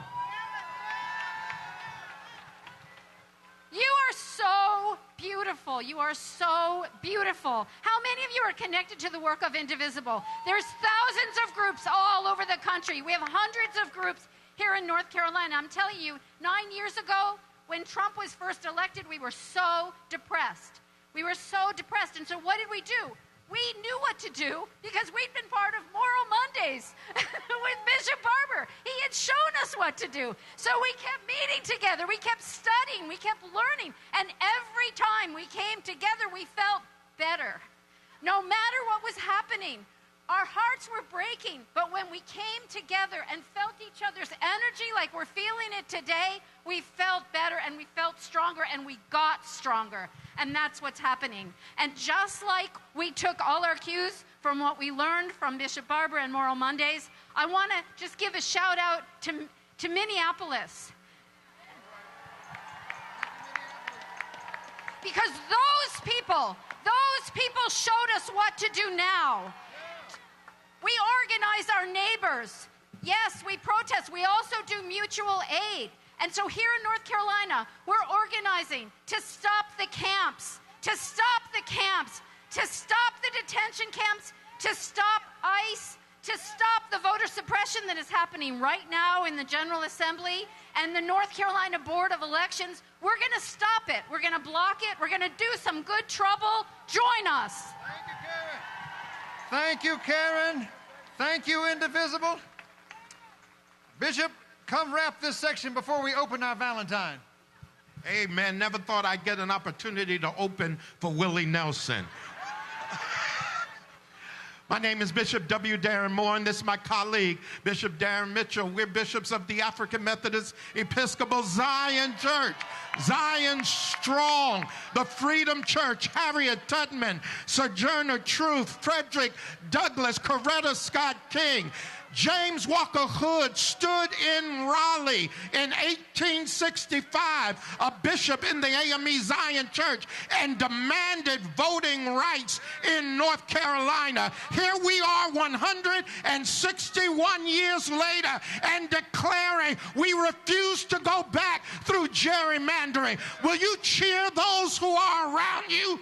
Because they dare to show up for justice. They dare to show up for equality. Because when you show up, if you show up in Minneapolis, ice melts. If you show up in Selma, racism is confronted. If you show up in Birmingham, desegregation melts. I've come to tell you, we're showing up and we refuse to quit. So on this day, march together, walk together, children. Don't you get weary. There's a great camp meeting in the promised land.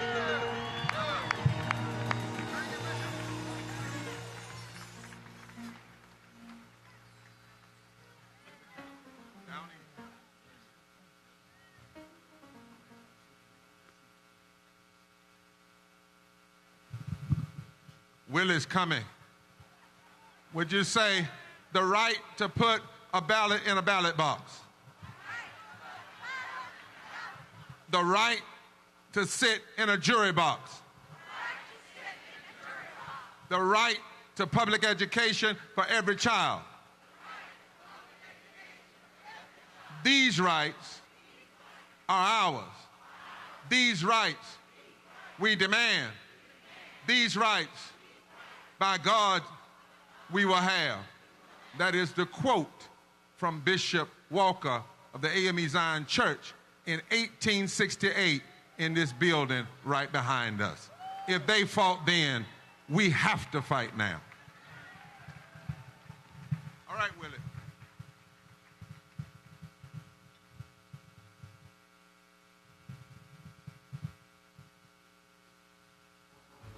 There he is.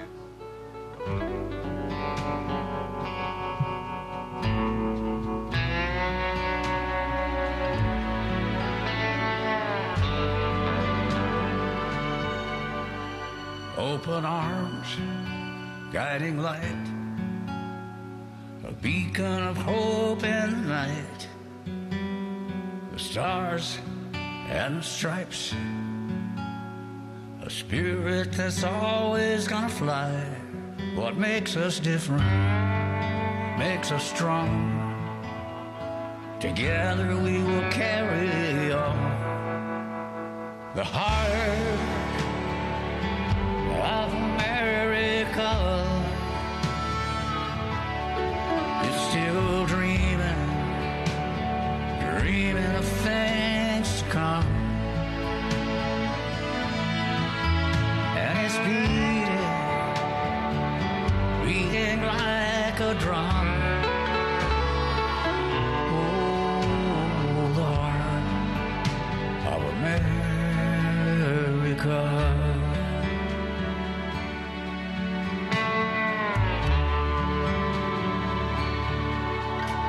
It's a hand reaching out to your brother in a moment of doubt. The freedom in our lungs to sing a song that's never been sung. And there's room for everyone. The heart of America is still dreaming, dreaming of things to come. It's beating, beating like a drum. Oh, the heart of America.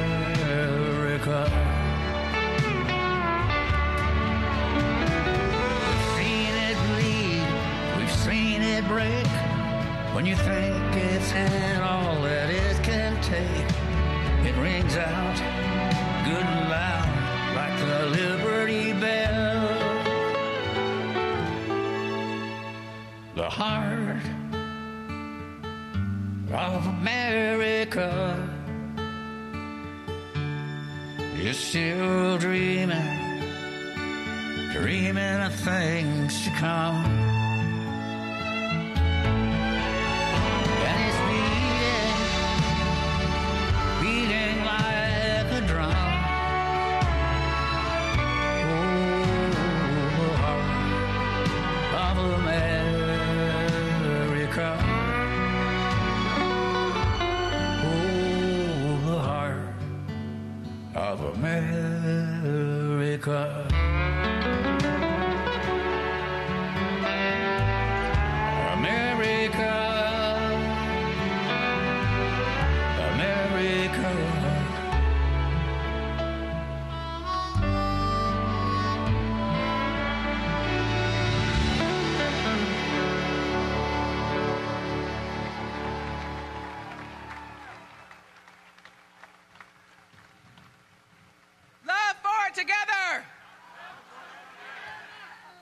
Bringing up our last speakers, and then we will have Bishop Barber come back and give us our marching and charging orders. All right? Is that all right? Let me hear you. Love forward together. Love forward together. All right.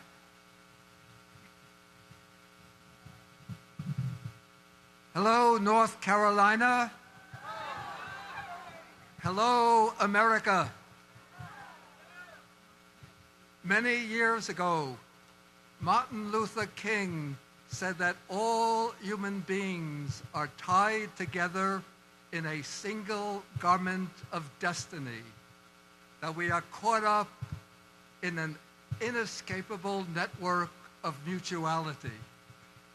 And this means that we are not each isolated individuals locked up in our own personal identity, but we are all interdependent, interconnected, interpenetrating. And what follows from this is that our ethical obligation is the obligation of love. And what love means in practice is that we should affirm one another, recognize our intrinsic dignity, that we should support one another, uplift one another, and fulfill our common destiny.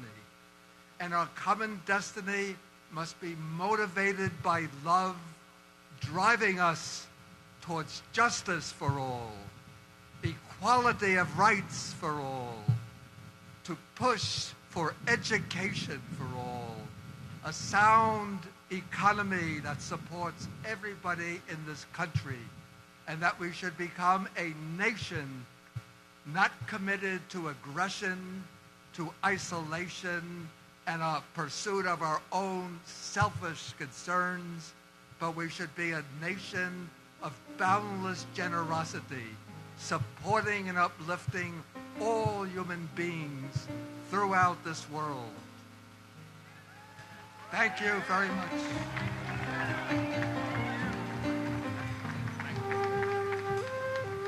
Thank you. Love forward, not one step back. I am a mom of a developmentally delayed daughter, and I'm here today for all the mothers who know that our children need health care. We need health care for our children. My daughter's expenses are over $3,000 a month. I cannot afford that. But I worked 33 years in North Carolina public school system as a teacher. My daughter deserves health care. And I am here to say we're going to get out and vote. We're going to move forward for our children and for our school system and for our immigrants, and all things that are needed. God bless you.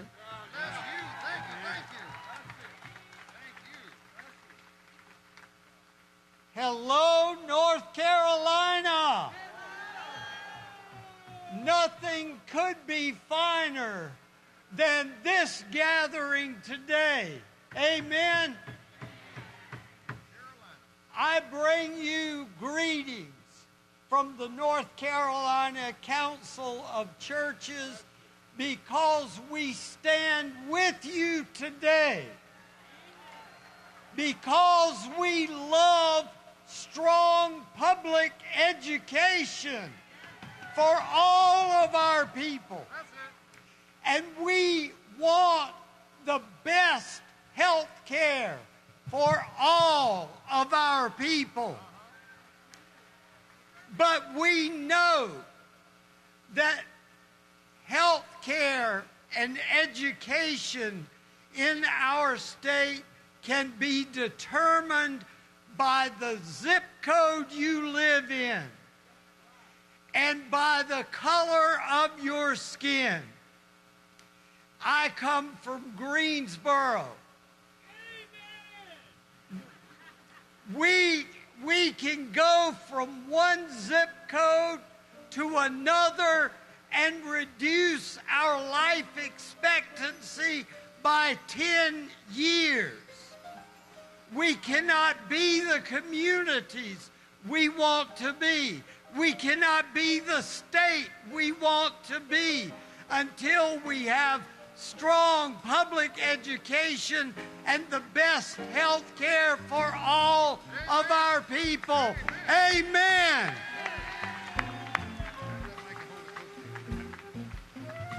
Good afternoon, Movement family. I'm David Neal, and I'm here to talk about a livable climate.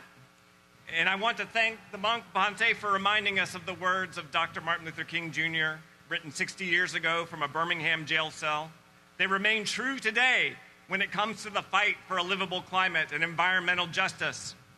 The coal that Duke Energy burns in Stokes County, the methane gas fired up in Goldsboro, dumps carbon into the atmosphere, accelerating a warming climate.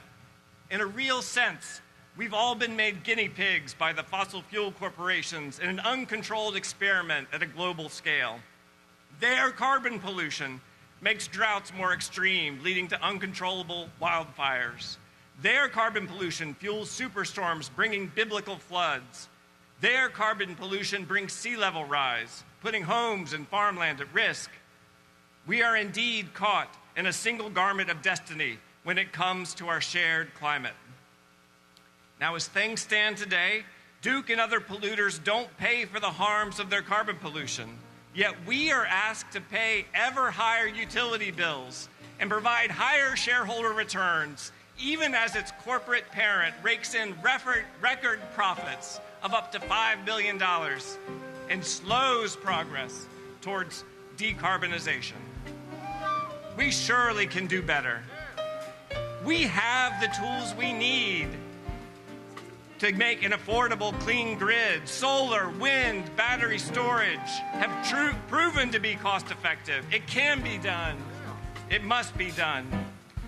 With solar and batteries, we can now make and store electricity wherever the sun shines. We can own our power. Thank you. Thank you. Thank you.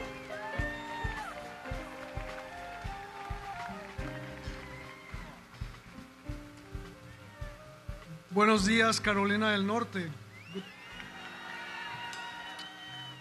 Why we love our immigrant neighbors? Well, as a child of seasonal immigrant workers and as an immigrant myself, not loving immigrants would mean I do not love myself. As a husband of a child of a father who was a farm worker, not loving immigrants would mean not loving my wife and my in-laws.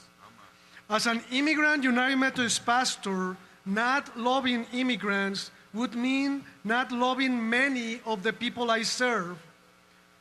Wait, the truth is that unless you belong to the First Nations people of this country, not loving immigrants would mean that you do not love yourself.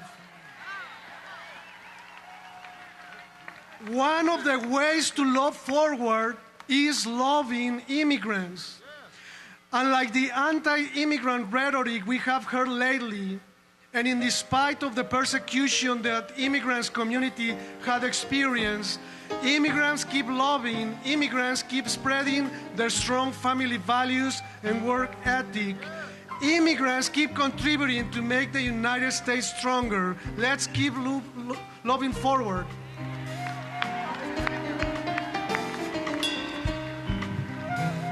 I'm here today because I have chosen to love forward.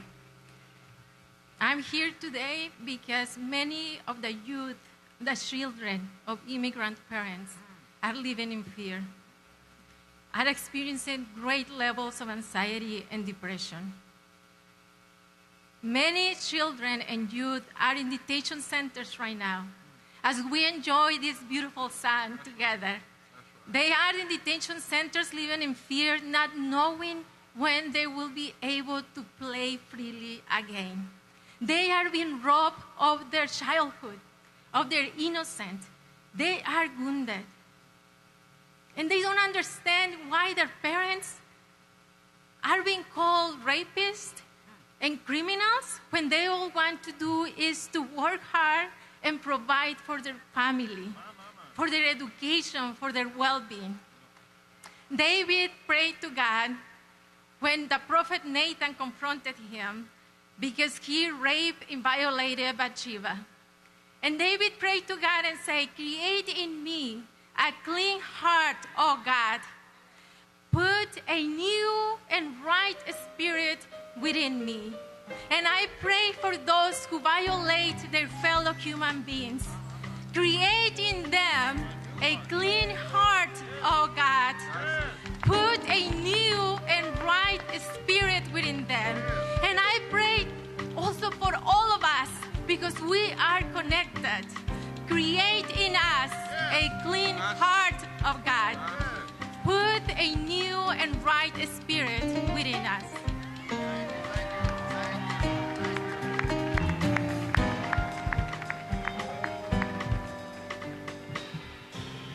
I wanted that sister to come before we went home. Help me with this, Jonathan.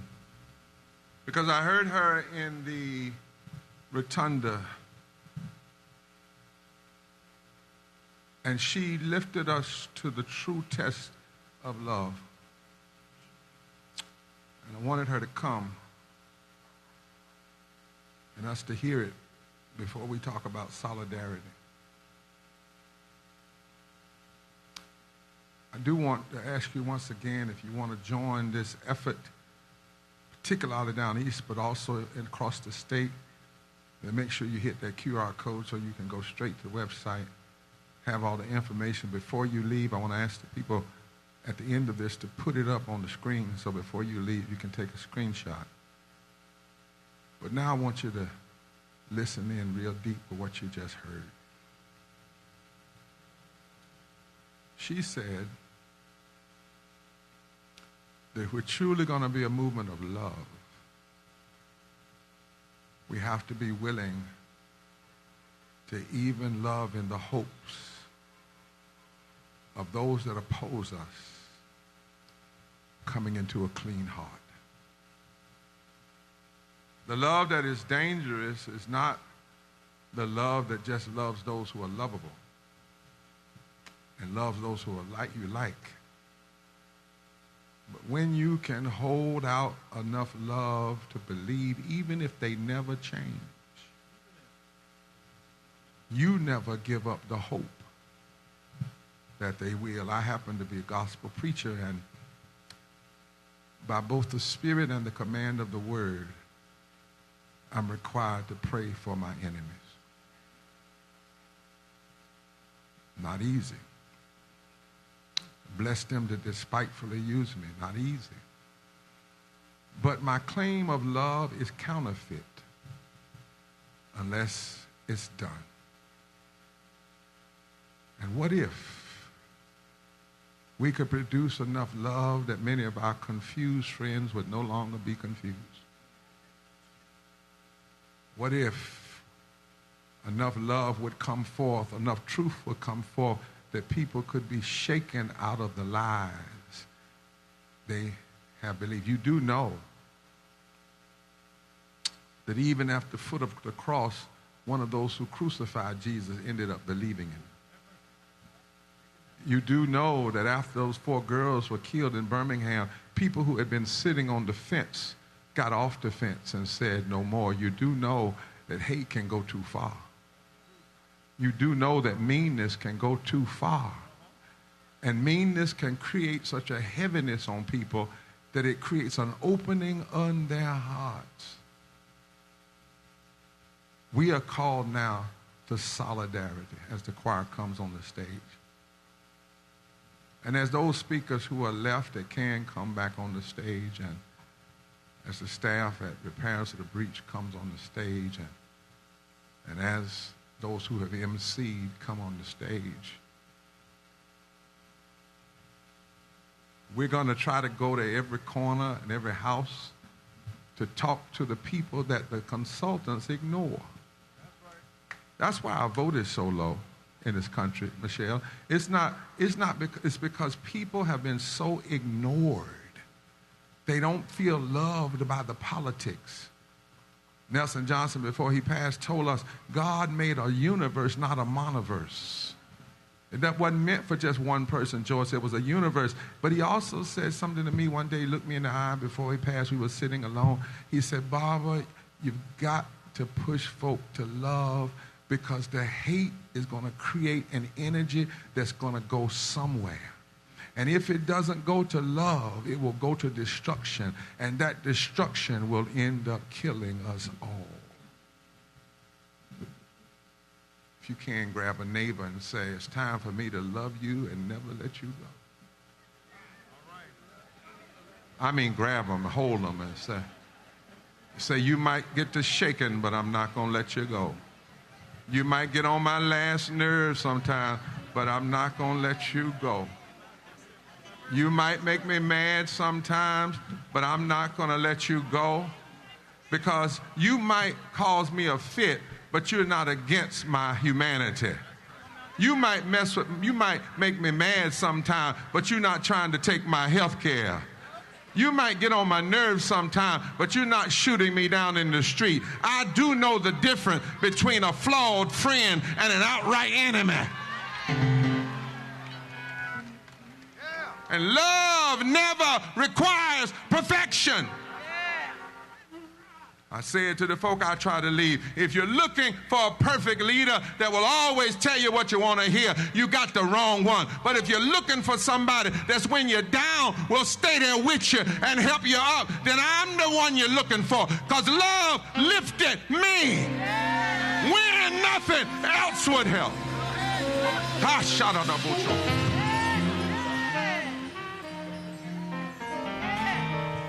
God is love, not God is loving. God is love. God not trying to love. God is love. The Spirit is love, as my indigenous friends say. The great Spirit is love. And that love will cast out fear. If you got that kind of love, look at your neighbor and say, I ain't fearing nothing today. I know the sun's going to come up tomorrow. I know justice is going to ultimately win. I know every dark Friday there will be a Sunday resurrection. I know the enemy might come in, but God will raise up a standard every time. I know I might have some bad days, but my good days will outweigh my bad days, because perfect love casts out all fear. All of it. You thought we were going to be scared of a president, you got another thought coming. You thought we were going to be scared of a Congress, you got another thought coming. You thought we were going to be scared of a chief of staff, you got another thought coming.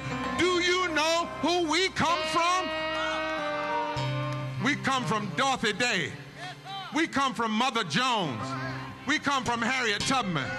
We come from Frederick Douglass. We come from the Latinos that stood for right. We come from Cesar Chavez. We come from Pope Francis. We come from Martin King and Coretta King and Fannie Lou Hamer. That's who we come from.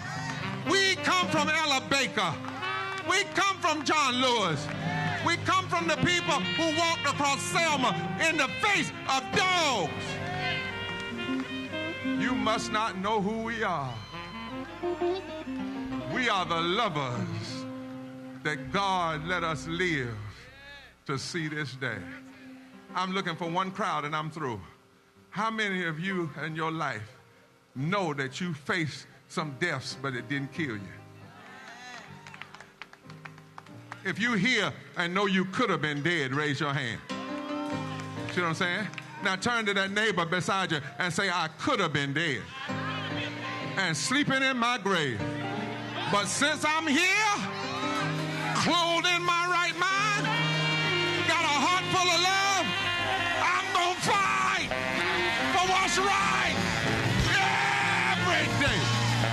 Hey, what's so hard about you? Oh, yeah, that was so cool. That was so kind of cool.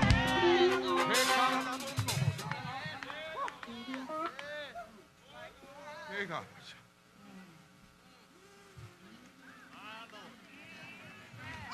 He kind of was so cool.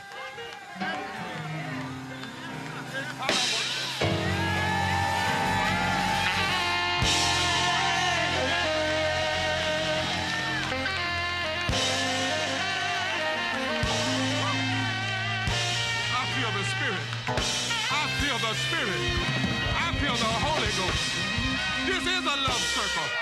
God is blessing us right now. And so we've been solid here together. Hook up somebody's arm and say solidarity. Forever. Who's going to join us going from house to house? Who's going to join us calling everybody you know? Who's going to join us waking up the sleep in North Carolina? Who's going to help North Carolina show the rest of the nation this is how you love. This is how you stand. This is how you fight. This is how you change things. This is how you make a difference. Shout solidarity. Forever. Solidarity. Forever. Solidarity. Forever. It's time. It's time. It's time to love forward together. Forever. Forever. Forever.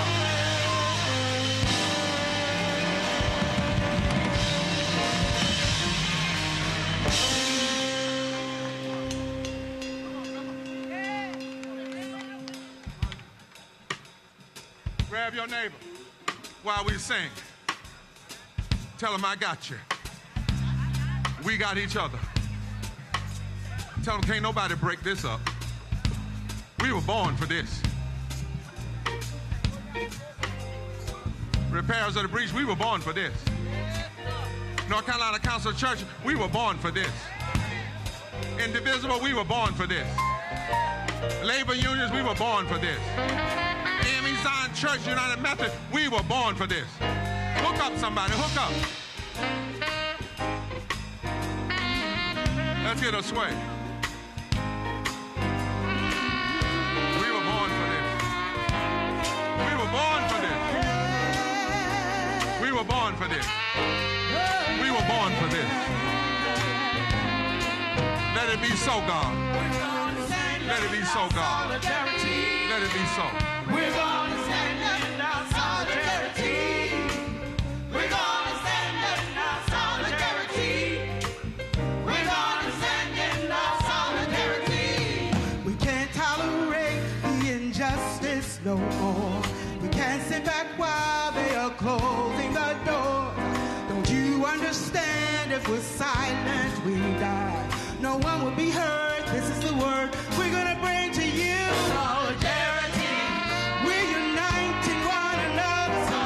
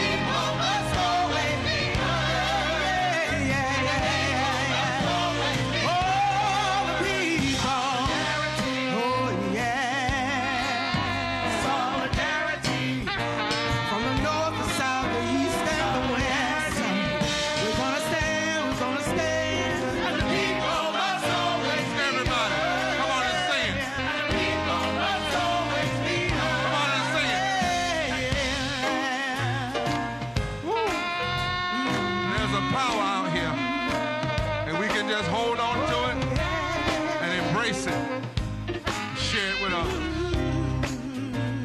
Solidarity. And the people must always be heard.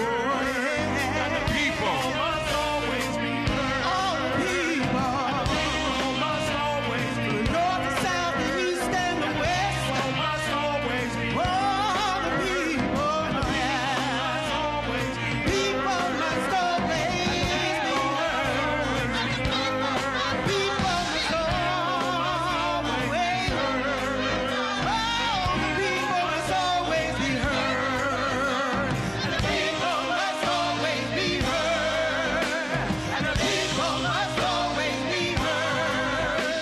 And the people must always be, people must always be, people must always be.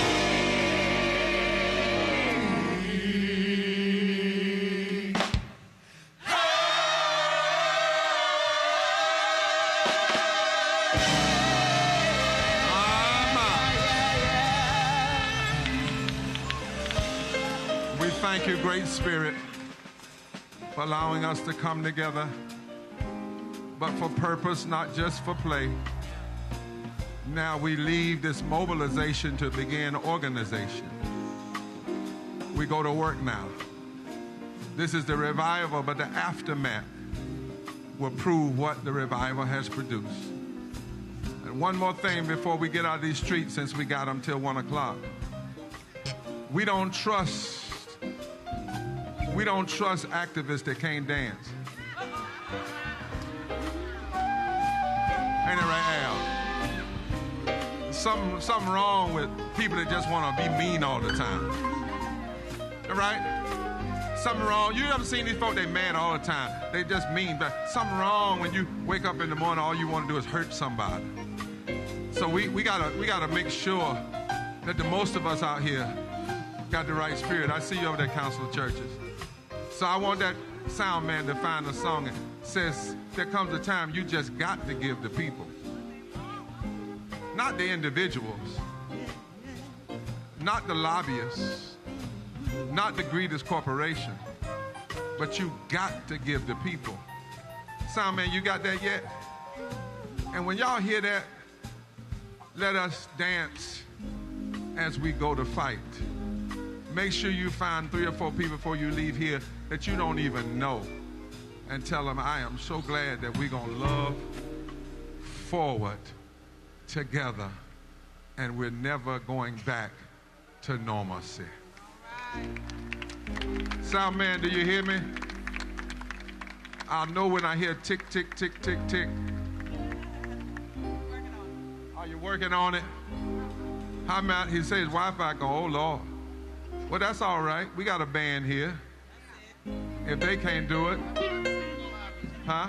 That's all right. We'll stick with that. Yara, come on and let's lift up where y'all came in here when y'all was singing about forward together, not one step back. They created their own song for this movement. Y'all still got it? Yes, sir. Y'all ready? Yes, sir. Come on, band. Come on, band. Let's kick it off here before we leave this place.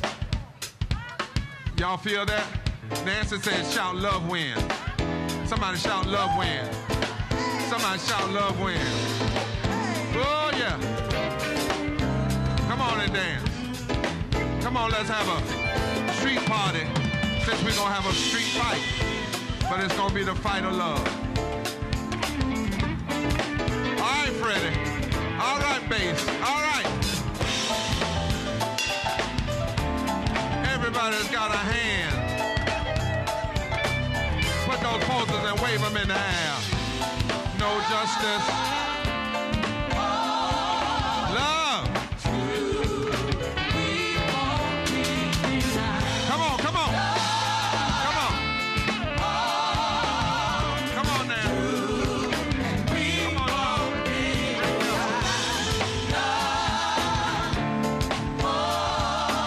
Yeah. Come on, Hannah. Come on, come on. Come on, Delta. Come on.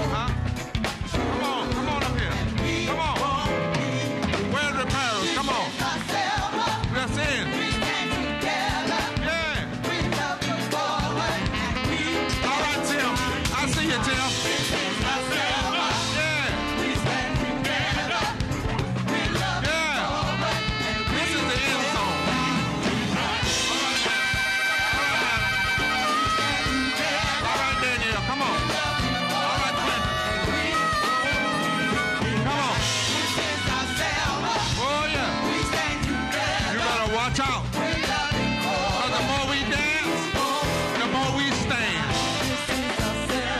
Woo! We stand together. Where my front brothers at? Where my front brothers? This is our Selma. Come on, Fred. Give me a stomp. Give me a step. Give me a step, Alpha. Come on. We won't be denied. Step. We stand together. Step. We're loving for everybody. And we pick your feet up one at a time. Step. Step. Step. Step. We're loving for step. Step. Step. Step. Step. Step. Yeah. We won't be denied. How about this side? Put your hands up on the left side. Come on the left side. We stand together. Say it. We're loving forward. Say it. We won't be denied. This is our Selma. We stand together. We're loving forward. And we won't be denied. This is our Selma. Everybody. We stand together. Everybody. We're loving forward. We won't. God bless you. God bless you.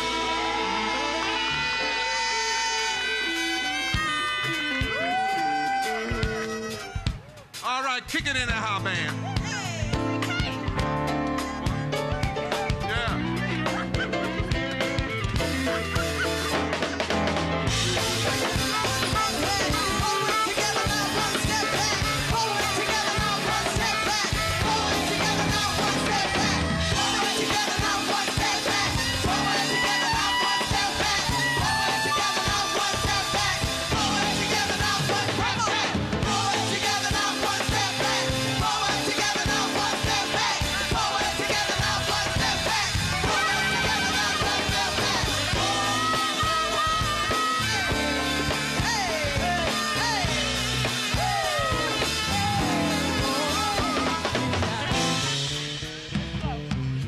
We want to make sure everybody is safe. Those that are riding the buses are going to be taking off over here.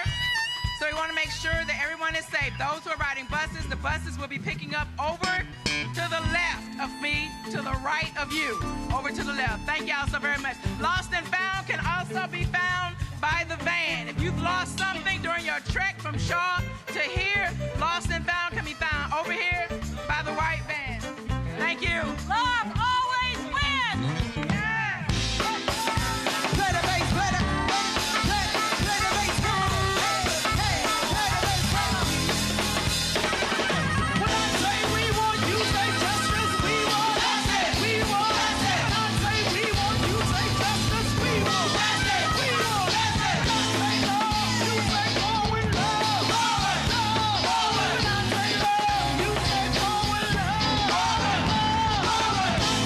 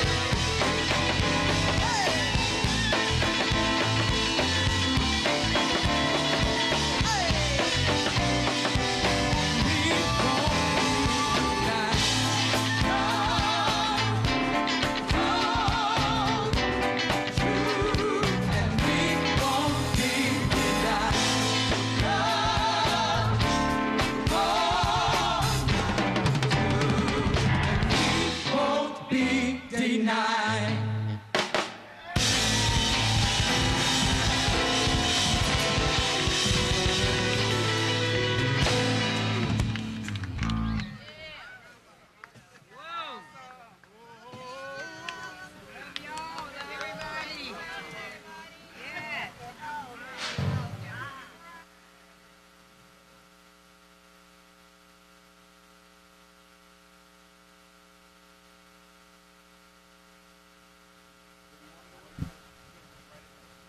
Just in combo. We'll be fine.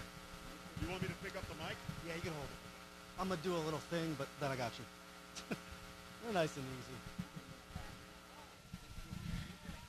Well, folks, I'm sure you've got the same energy I've got. Wesley Lowry here with the Black Star Network. We've been out here in the State House steps in Raleigh, North Carolina, after marching east to west from Wilson to Raleigh with the repairers of the breach, Reverend William Barber.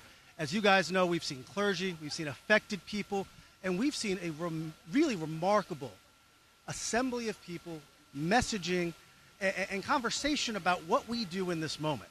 So many folks who feel mobilized, who feel frustrated, who feel angry, but as you all know, I don't have to tell Black Star Network viewers this, that in those moments we channel that energy and that anger into a positive vision. And so we've listened to Reverend William Barber on his move forward through love. This is our Selma March. We've listened to the 7 takeaways of what he wants folks to do next as they respond to the Trump administration's attempts to redistrict and to dilute here in North Carolina black votes, but also in states across the country. The response to ICE and to Border Patrol, the response to an administration that largely has behaved in an unaccountable manner. And so now we want to talk to a number of folks who've been out here, a number of the speakers we've listened to, some of the marchers and demonstrators, people we've interviewed over the last 3 or 4 days, just to talk a little bit about what we all should be doing in this moment. And so the first person I want to talk with, I'm really excited to have him here, is Steve Schmidt. Steve Schmidt is one of the founders of the Save America movement. He's been a long-time political strategist. And Steve, someone who maybe historically might have been, 10 years ago, 15 years ago, might not have been in a rally like this, just with the way the politics played out, right? Yeah. I know you know Roland, but might not be a regular on the Black Star Network historically. Right. Talk to me a little bit about your political evolution, what brings you into a space like this to help found something like the Save America movement, and about the message, because what we saw here, I mean, those of us who come up in a civil rights tradition, we're used to very often seeing groups of people, churched black folk from the South, but we've really seen a multicultural set of folks, people from across the political spectrum, people across different faith traditions. And so talk to me a little bit about this movement that is rising in this moment and your role in it. Well, I think we're in a moment where we're at the beginning of a great awakening in the country. In 1936, the Democratic National Convention, Franklin Roosevelt said that there's a peculiar rhythm to history. He said, some generations much is given to, and others much is expected of. And he went on and said, this generation has a rendezvous with destiny. And I was born in 1970. I was a New Jersey moderate in my politics.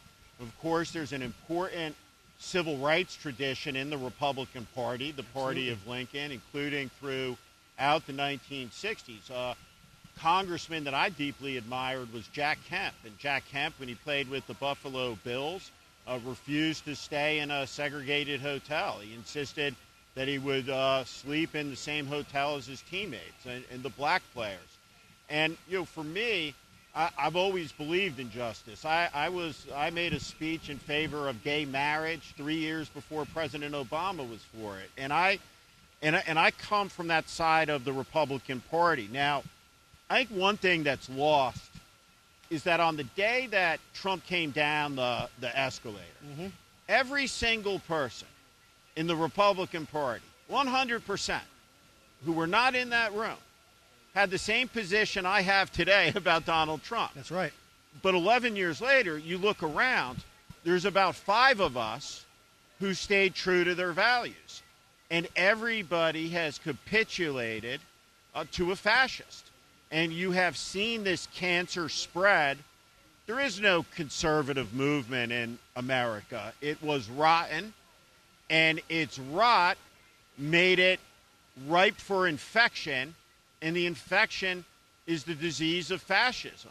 And that's what we're seeing. And what this is about today, to me, it's not about left versus right, Republican versus Democrat. It is about right versus wrong. It's about human dignity. It's about freedom. And as we speak here today, there are little children caged, laying on concrete floors, and we have to oppose that.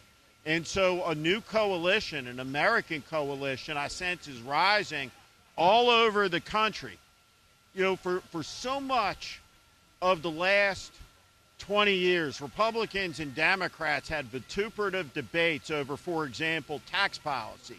You go back and you listen, well, apparently the delta between a just and unjust world was the disagreement between a 39 and a 35% it was a marginal tax rate, right? Exactly. And I think now we see, right? You have powerful institutions, and what those institutions share in common is much more than what they disagree with about. And there is a movement rising up of ordinary people, and those ordinary people are leading the politicians in this moment, who are, I think, racing to catch up, because we don't want to compromise on issues like mass secret police. It's un-American, and it's a direct threat to our liberty.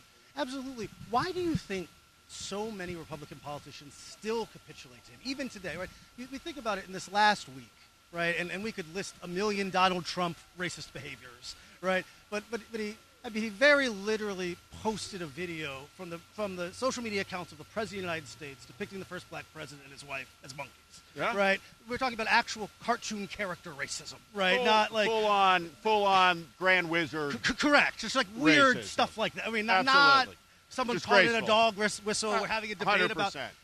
And yet, even in that moment, right, and maybe there's less of it in this term than there was the last term, you still, we all know congressional reporters who chase Republicans around, and they go, oh, I haven't seen the tweet, or I didn't see the video, or did he mean that?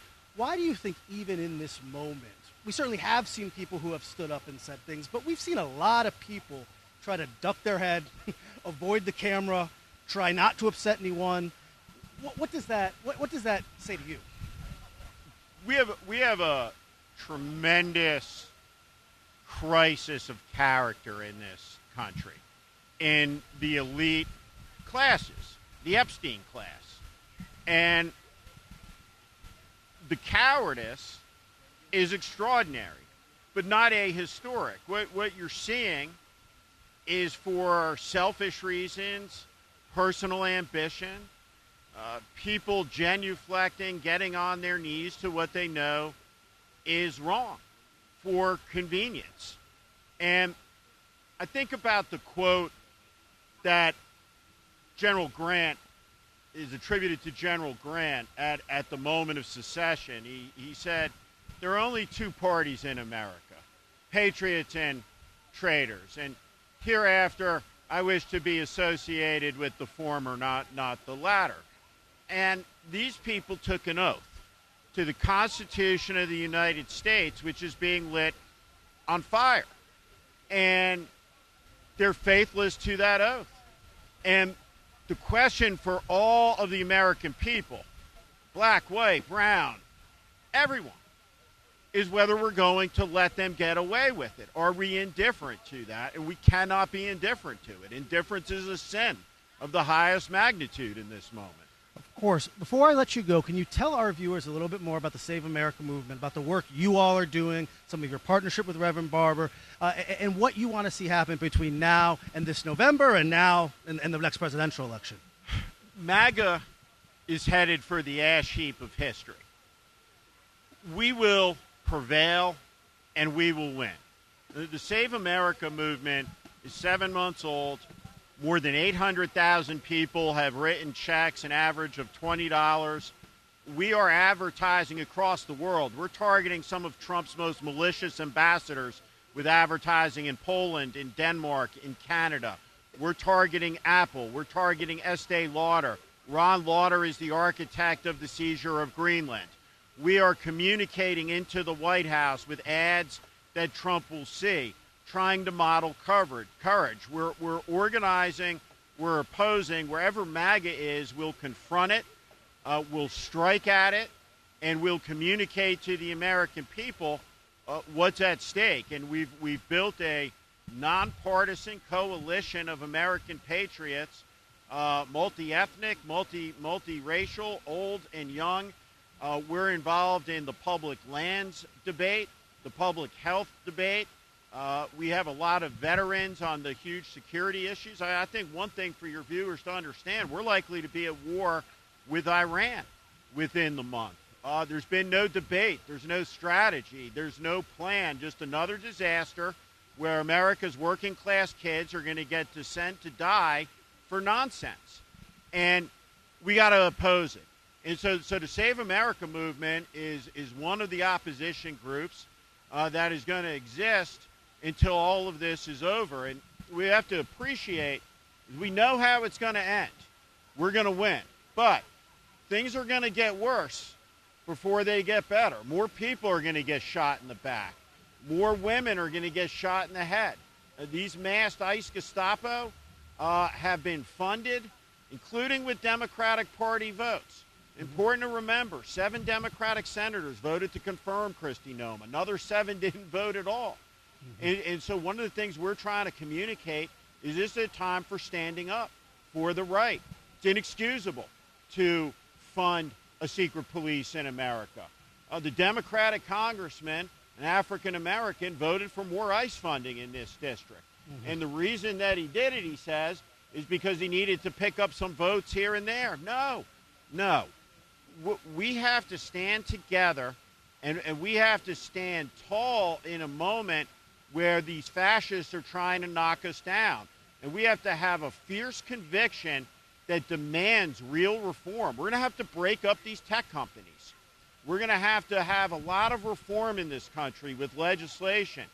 And it starts with knocking down his monstrosity on the White House grounds. Because if we can't do that, it's going to be hard to break up Facebook. And so what's going to come next in America is profound change, not incremental change. And that's what we're building to, and we got to be in the fight towards that goal. Steve Schmidt, thank you for the work you're doing. Thank you for joining us. You know, you're Say hi welcome to back Roland. here. We're going to say hi to Roland, got who it. wishes he Roland. was here, although we know he loves his All-Star Weekend, so he's having a good time too. Absolutely. But Steve, thank you so much for joining us. We'll see you soon. You got it. Of course, folks, thank you for joining us here on the Black Star Network, where we're going to continue streaming here from Raleigh in the State House, where we have been following a massive march from Wilson, North Carolina, in the east of the state, all the way now here to the grounds of the State House in Raleigh. We have marched through the eastern side of the state, where in Congressional District 1, the Trump administration has attempted to delude the votes that have led to the election of Don Davis and a series of African-American and Democratic congressmen as part of Donald Trump's aggressive attempts to hold on to his narrow House majority. And so we've got a ton of folks lined up. We've been watching as Reverend Barber and others address the crowd from the stage. And now what we have is a few of the clergy members who have spoken, who spoke to the crowd, who are going to come and sit down with us and talk to us about what the experience has been like here, what we are looking at, looking forward, and what we should expect in the coming days and coming months. And so I'm excited now for one of our clergy members who are joining us here. How about you go ahead and introduce yourself to our viewers? Good. My name is Bishop W. Darren Moore. I'm a presiding bishop with the AME Zion Church, known as the Freedom Church. I like to make it clear that the AME Zion Church is the church of Harriet Tubman, Sojourner Truth, Frederick Douglass, Coretta Scott King. What a legacy. And James Walker Hood. So it's a powerful legacy of advocacy on behalf of our people. And so for our viewers at home, I mean, we know everyone's been watching the entire live stream, right? But just in case maybe someone just tuned in, tell them a little bit about what you said in your address and what you've been talking to people about here. Why was it important for you to show up, and what is the message you want people to hear? Well, you hit it on the head. Showing up. Showing up is 50% of the battle. All of us may not be articulate. All of us aren't able to contribute huge numbers of dollars. All of us may not be able to have a legal understanding, but when we show up, we make a difference. They showed up in Minneapolis, and they melted ice. Think about the times through human history that just showing up made a difference. I often say to people, we think about and fantasize about, where would I have been during the great moments throughout civil rights history? Where would I have been during the Montgomery boycott, the March on Washington, crossing Edmund Pettus Bridge? Well, the best way of knowing where you would have been then is where are you now? Where are you right now? Because people are marching, people are gathering now. Now, here's the question I always ask to ministers, to members of clergy, because, you know, as a millennial of the social media generation, right, sometimes there's a skepticism of, oh, everyone's marching around singing songs, right? Can you speak to the power of demonstration, the power of protest, and the community building that comes from an assembly like this? Yeah, thank you. What a powerful question, because it's not either or. It's both and. And we as people of faith have understood that we must make public witness for issues. That's not something that could be hid under a bushel. That's not something that can be done in private spaces. We need to make public witness and declare what's right and what's wrong. When you have this number of people standing at North Carolina State Capitol in public, witnessing that we are going to be together, that we will not allow cruelty or corruption to divide us, that we're one, red, yellow, black, and white, various faith traditions and no faith tradition, but yet we can come together in unity, solidarity. That's a public witness. But it can't be public witness without private strategy, private organization. And that's what we have always done in the church. We've demonstrated publicly, but we've worked together and strategized privately. Bishop Darren Moore, before I let you go, one more question. When we talk about this 1st Congressional District where we just marched through in the east of the state, and when we talk about the state like North Carolina in general, we see a lot of people, it's not just about getting people out who never voted before. Reverend Barber likes to talk about how if everyone who was registered or everyone who had previously voted, if all of the black, brown, and poor people who had previously voted showed back up, the election might have gone differently. How do we re-engage those people who have fallen into an apathy, who have fallen into a cynicism, who say, it is what it is? Yeah, absolutely. That is key. And I intentionally go to a barbershop filled with young men, right, and converse with them, because many of them have dropped out believing that their vote doesn't matter, that their voice doesn't matter, that it's too big or too complex of a problem. We've got to help them understand that if it did not matter, they would not work so hard to keep you from voting. It does matter. So here's what it takes. Each one reach one. If I can engage with one person that had dropped out of the system and convince them to get back in, it'll happen. So my theme for everybody is show up and let's show out. Thank you, Bishop Darren Moore. I want to go to a video from earlier this week as we were marching from Wilson to Raleigh. I'm not sure which all you guys got teed up, but I do love the one where we were marching and talking with the one brother who had come out, and he was telling me about why he joined the protest. And so I don't know if you guys have that one lined up, but would love it if we could show. All right, so go ahead and play that when you get a minute. Tony, what brought you out here today? Well, being complicit. If I didn't do anything or didn't say anything, then you might as well put me in what's going on. Well, what's going on? What are the issues that are most important to you? The issues right now is my right to vote. I want to hear my voice, and I want my voice to say something, and I want it to count. And what's threatening that in this moment?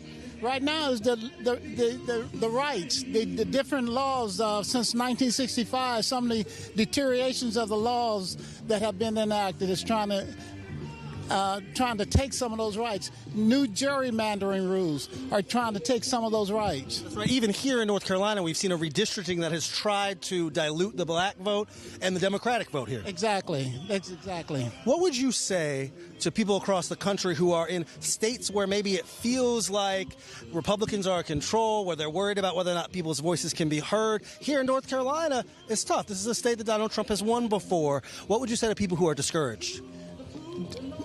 Trust God in this matter. God has given us all a voice, and he's given us the ability to get up and to do something, and we need to find out what that is. If it's walking, if it's marching, if it's just singing a song about being free, being able to voice your opinion, all of that matters. Now, have you marched before? Yes. Tell me about those experiences. Well, actually, I was here on yesterday. It's an excellent experience. Again, I have a Bible study class, and I challenge them on doing something. If that's letter writing, or if that's making a phone call, or if that's getting out here walking down these streets, let's do what we can while we can. And so, what do you want to see happen? I know that Reverend Barber has said once we get to Raleigh at the State House, there's going to be 7 action steps. But what do you want to see happen as a result of this action here and across the state? What I want to see is not only now, but long term. I've got 10 grandchildren. 10 grandchildren. I've got 2 on the way. And with that being said, I want them to have the freedoms that everyone else has across these United States that they're threatening to take away from us. Well, thank you for being out here today. Thank you for talking to our viewers here on the Black Star Network. And is any last words you have for folks, again, who might be watching at home, who might be in states like Ohio or Texas or Georgia, who might be thinking, well, if they can do it in North Carolina, maybe I should do it here too. What would you have to say to them? I'll tell them we've been here before and we've overcome before. And I think it's possible to do it in the future. Through this rural community to impress upon the citizens, the people here, how important it is to mobilize and fight for voting rights, to not be disenfranchised by this regime of greed and power in Raleigh and in Washington as well. Absolutely. Now we've been out, started a little earlier today. We're getting closer to the afternoon. Now, tell me what the response has been. It's been really interesting watching people in some cases come out of their homes, some honking, some waving. We saw some kids yesterday. What's the response been like for you as one of the marchers? Response for me is particularly seeing the children come out, their teachers, their educators bringing them out to the roadside to cheer us on and to wave. It reminded me of why we're actually doing this. And why is that? We're doing this so that they don't have to do this. It's a scandal and a shame that in 2026 we have to march to Raleigh to demand that every vote counts and that no one is overlooked because politicians have chosen their electorate. I don't want my children and grandchildren to have to march to demand rights that are guaranteed to them in the Constitution. Now, for folks who are watching at home, they may not fully grasp. I mean, we're out in rural North Carolina. We're not in the major cities, right? We're marching down streets that only have a few people on them sometimes, a few stores open or not, right? But places where, as Reverend Barber often talks about, places where there were many more registered voters than showed up, right? And so it's not just about getting people who've never been engaged before to become engaged. In some ways, it's a fight against apathy. People who have previously registered to vote, previously voted, but who sat out in these last few cycles. So true. And in these rural communities, like we came through Bailey, small communities have pockets of voters in areas that you don't see on the grid, maybe, and their vote counts.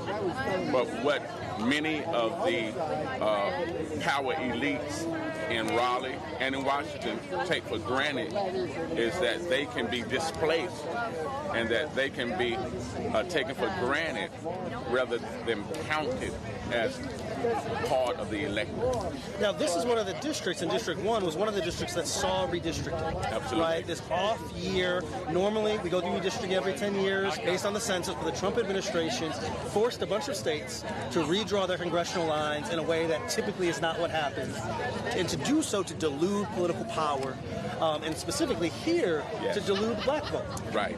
Now, what does it say? One, that people are showing up to fight against that, but second, what is the message you you would send, whether it be to the administration, to state houses that have participated in this, because look, the president didn't have the power to do this himself. Right. State houses here, in Texas, in Ohio, in Indiana, allowed some of this to happen. What would your message be as someone who is marching through one of the districts that has seen itself redrawn?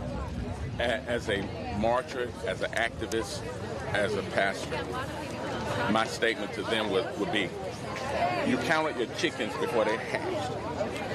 You had assumed that by redistricting, you'll win seat 1. Well, in fact, you've diluted other seats to create this new district, and we're going to beat you across the state at your own game.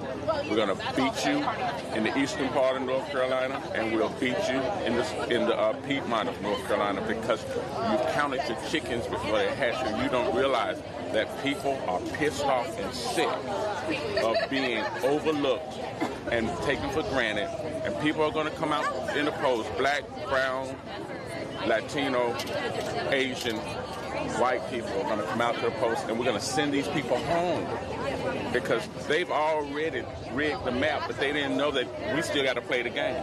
So do you think that people have been underestimated? Because I do think a lot of people across the country, they see Trump as all-powerful. They see him as someone who is an executive, who's willing to break the rules, do what he wants. They've seen a Republican Party that in many cases allowed him to do that. Now, I don't mean that to discount the people who stood up to him, people who've left the party, right? And we've seen some of them marching, and some of the organizations involved here are made up of former Republicans, right? But what would you say? I think so much political commentary comes from D.C., comes from New York, people who are not on the ground in states like North Carolina, states like Texas, and people who maybe understandably after this whole era feel worn down. What would you say to those people? I would say to these people, Revelations chapter 13. Donald Trump is a representative of the Antichrist. And the Antichrist comes to steal, kill, destroy, and create chaos and havoc. A march like this, led by a dynamic leader like Bishop Dr. William Barber, it corrals people together to stand up against the oppression and to make many voices one voice.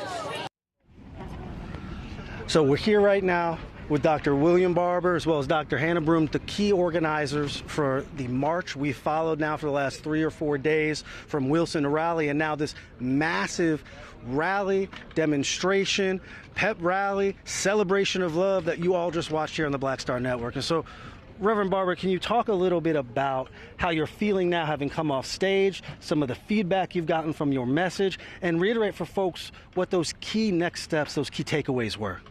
Well, you know, Roland and I often talk, and by the way, let me just thank Black Star Network for being here the whole while. And Roland and I often talk about you mobilize to a rally. The rally is for public education, but not just the people here, all through social media. And then you organize from. I'm ready to organize now because people are ready. They see what's at stake. They heard a vision. You notice today, everybody was talking about what we want, what justice required. It was not a litany of grievances. It was a vision. And it's a vision because that's what will rally people to stand. So, and we laid out those 7 things on our website now, and we're inviting people to join in. Doc, it's winter. It's February. It was cold this morning.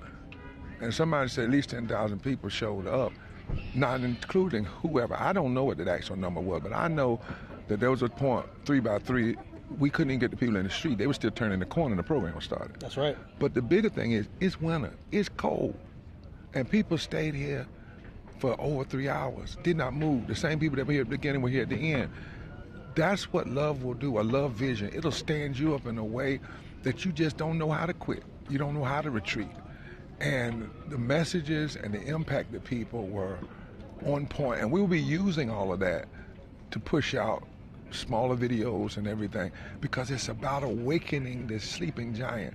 Poor and low-wage people, 30 million of them who did not vote in the last election, and other people who have become so apathetic because they hear the grievances of hurt, but they don't hear the vision of hope. And we have to begin to mobilize around that kind of love and hope that challenges these injustices. Not a weak kind of love, I'm not talking about that, but strong, where we say, I got you and I'm gonna hold on to you. we started from St. James. My wife, I hope you'll say something there. As a pastor, a local pastor says, start here on Martin Luther King Boulevard. And you heard her say today that we've got to bother the system. We can't. That's what our voting does. It bothers. It says, you're not going to just do this to us. And the fact of the matter is, in all these southern states, particularly the battleground states, it's not even big margins. It's just a matter of turning folk out. And then you heard Reverend Dr. Hannah Broom, who was on every step, mobilizing the people, brought up bishops, brought other folk, and she was clear. There was something she said about democracy is not just you remember what you said, but I took it to mean democracy was not just some kind of ornament, just a statement we make. It is a demand.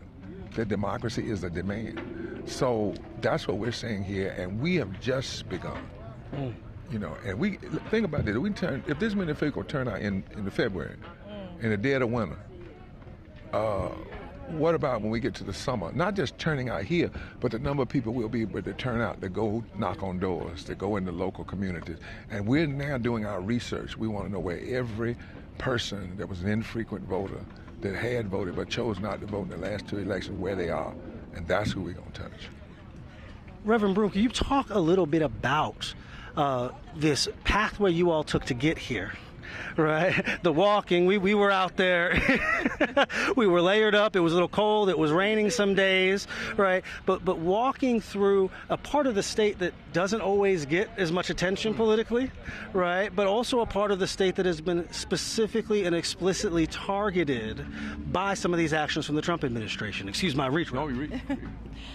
Yes, walking through those areas and talking to the community. Some of them said, we didn't know y'all knew us in Wendell. Ooh. We didn't know y'all even remembered us in Sims. Those were the conversations from the community to us. And then also our marchers understood this is not just marching for one person, but this is the person I'm meeting and walking. They've attached a face, they've attached a region to those policies that are hurting and harming. So that was the connection I think our marchers did, but also the community said, oh, there are really people that are standing up for us. And let me tell you one thing. We had, and we were on the back of the truck one day, and this is the most, to me, it was a sign. There's guys on the side cursing us out. I mean, with the police so bad, the police had to stop it. They had to get in front of it. And we waved and said, brother, we love you too. Somebody who probably needs living wages, probably needs health care, because this is rural Eastern North Carolina. One house over, a person that looked just like him came out and was crying. One house over, not one block, not one city, one house over. Then on the other side of the street, another house. And we thought about that we cannot judge these communities. We need to go and journey in these communities and see that God has people everywhere. They're just waiting to be understood and heard and ready to stand up and fight. Absolutely. Now I got to talk to you. I got to talk to your wife now. the host pastor. Yes. We began at your congregation and moved our way here. And I remember the first day us talking about the idea of two ideas I remember from our interview. First of all, talking about the idea of the need for vision, not just resistance, but laying out proactively what people are rallying to and rallying for. But then secondarily, talking about this idea of what happens when people grow weary. What happens when it feels like it's raining and it's exhausting and you open up the newspaper, where you can still get a newspaper, you open up the headlines and you see it, yet another attack, yet another thing that feels out of sorts. And I just remember what you had to say to me there. So what would you say to folks who are feeling discouraged in this moment? What would you say to clergy members who lead churches, congregations, and other faiths as well, who are saying, what is it I do in this moment when it feels as if we're facing something big and we don't always know what to do? Well, there's always something bigger within us. Greater is he that is in us than he that is in the world. There are some churches tomorrow that are doing souls to the poll. I encourage other clergy, other churches to do that after your morning worship and communion. March your congregation down to the polls to vote. I think it's also one of the things you probably also heard me say about the clergy and about this bothering. It grows out from that text of this widow who was at a place of going to an unjust judge, asking for justice, but she was persistent. And so even in this place of when people may feel like hopeless, continue to be persistent. And the other thing is that we have to dispel this apathetic mindset and attitude as if our votes don't count, as if it doesn't matter, because it really, really does. Because when you look at the numbers, and I think that's important for clergy, to give folks the facts. Because when we talk about, like even today, the 1st Congressional District, when it was decided by only 1,100 votes. 11,000. That's right. Votes. 11,000 votes, and how many people didn't show up? 185,000. 185,000. 185,000 black, brown, low-income folks didn't show up to vote in a district that went for Trump by 11,000 votes. And they weren't focused on. The National didn't go there but one time in those eastern counties. Well, and that happens often. It happens often here in North Carolina. I can remember a Senate race a few years ago where you have a black woman on the ticket, and we saw a lot of energy nationally being poured into other races that, by my handicap, it didn't seem like the right ones necessarily, right? What would you all say to folks who have overlooked North Carolina as a battleground, who have said, no, we're going to pour all this money into Florida, we're going to pour all this money into Texas? And again, I don't say that to disrespect the efforts happening there, but for a while it seems as if North Carolina has been written off a bit by some of the national folks, although I know you all have been here doing this work. Can I say one thing? Let me give them the history. In 2007, 2008, we're the only state in the South that expanded same-day registration and early voting. We were the only state in the South that took on the worst voter suppression bill since Jim Crow and won in a Bush-appointed Supreme Court. That's right. We were the only state in the South since 2000 that elected a progressive governor and unseated a regressive governor in 14 or 16, sent him home. And even in this moment of MAGA, we're the only southern state that has said progressive governor, progressive lieutenant governor, progressive AG. The reason the General Assembly is like it is because gerrymandering that began in 2010, when we told the Justice Department you should have used Section 5 to say no, and they didn't do it. So you overlook North Carolina if you want the Trumpism and all that stuff to continue, then keep overlooking these southern states. But if you want to see transformation, we talked to one politician, and he said to us at a big rally one day in a church, the consultants tell politicians don't even talk about poverty, don't even say the word poor. How do you do that when 140 million people are poor and low wealth in the country? How do you do that when there are 87 million poor and low-wage voters? This is not the time for us to be going after just a few folk. This is all hands on deck. Look at the numbers.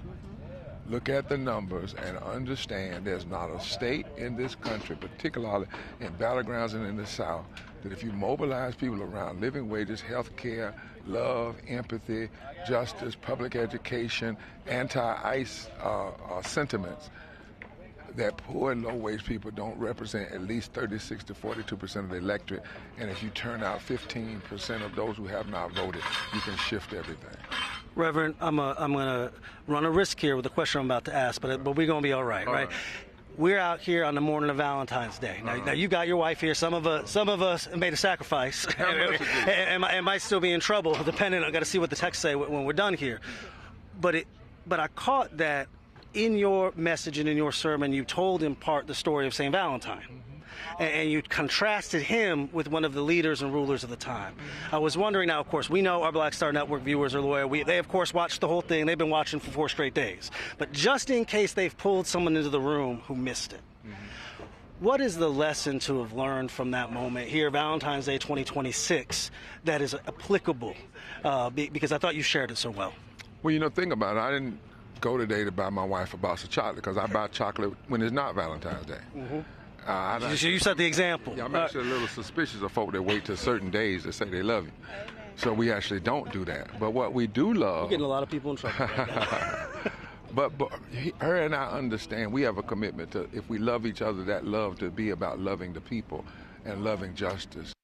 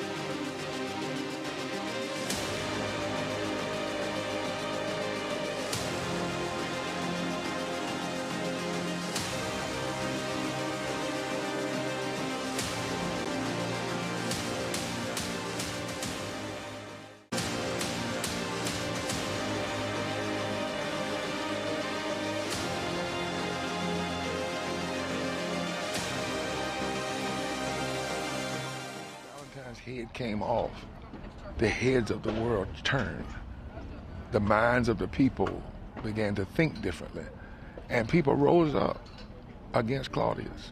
And as I said, 18 centuries later, nobody talks about Claudius. We have to think right now.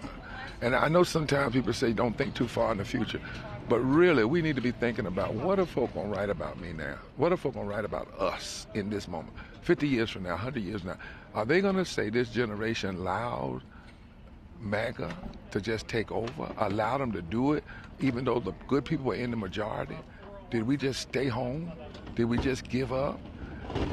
Did we do less than Harriet Tubman did and less than Frederick Douglass did with more power, more tools than they had? History's going to write that question. I pray that the day will come when history will not mention MAGA and Trumpism, but it will list every day those who stood up, those who loved truth and justice, fought back, and didn't just go back to America as it was, but pushed America a little bit further to what it ought to be. For those watching at home who want to get involved, who want to do what's next, who want to know what these next steps, call to actions are, where should they go? What should they be looking for? How do they get plugged in? Go straight to breachrepairs.org. There's a button there that says donate and participate. Click on it. You can donate, but you can also participate. There's going to be a list of 7 things they can do in the state. But what we've written up can be done in any state. And I've already got called, can you come to our state and do this? And I'm going to say this, no. What we'll do is come and train you all how to do it. Because what we need is this kind of massive public education, organizing, micro-based mobilizing, organizing in every state capital, in every state around the country.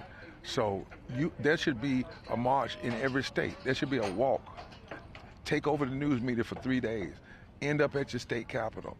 Send people out with an agenda. Send them forth with a plan. Go to those counties and organize. If we do that, this year of pain can be the year that the power of love said no, resounded.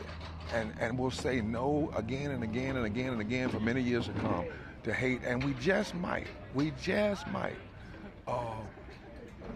see things won that have not yet been won. But what we will surely do is push this hate and MAGAism and authoritarianism back in the closet or wherever it needs to be.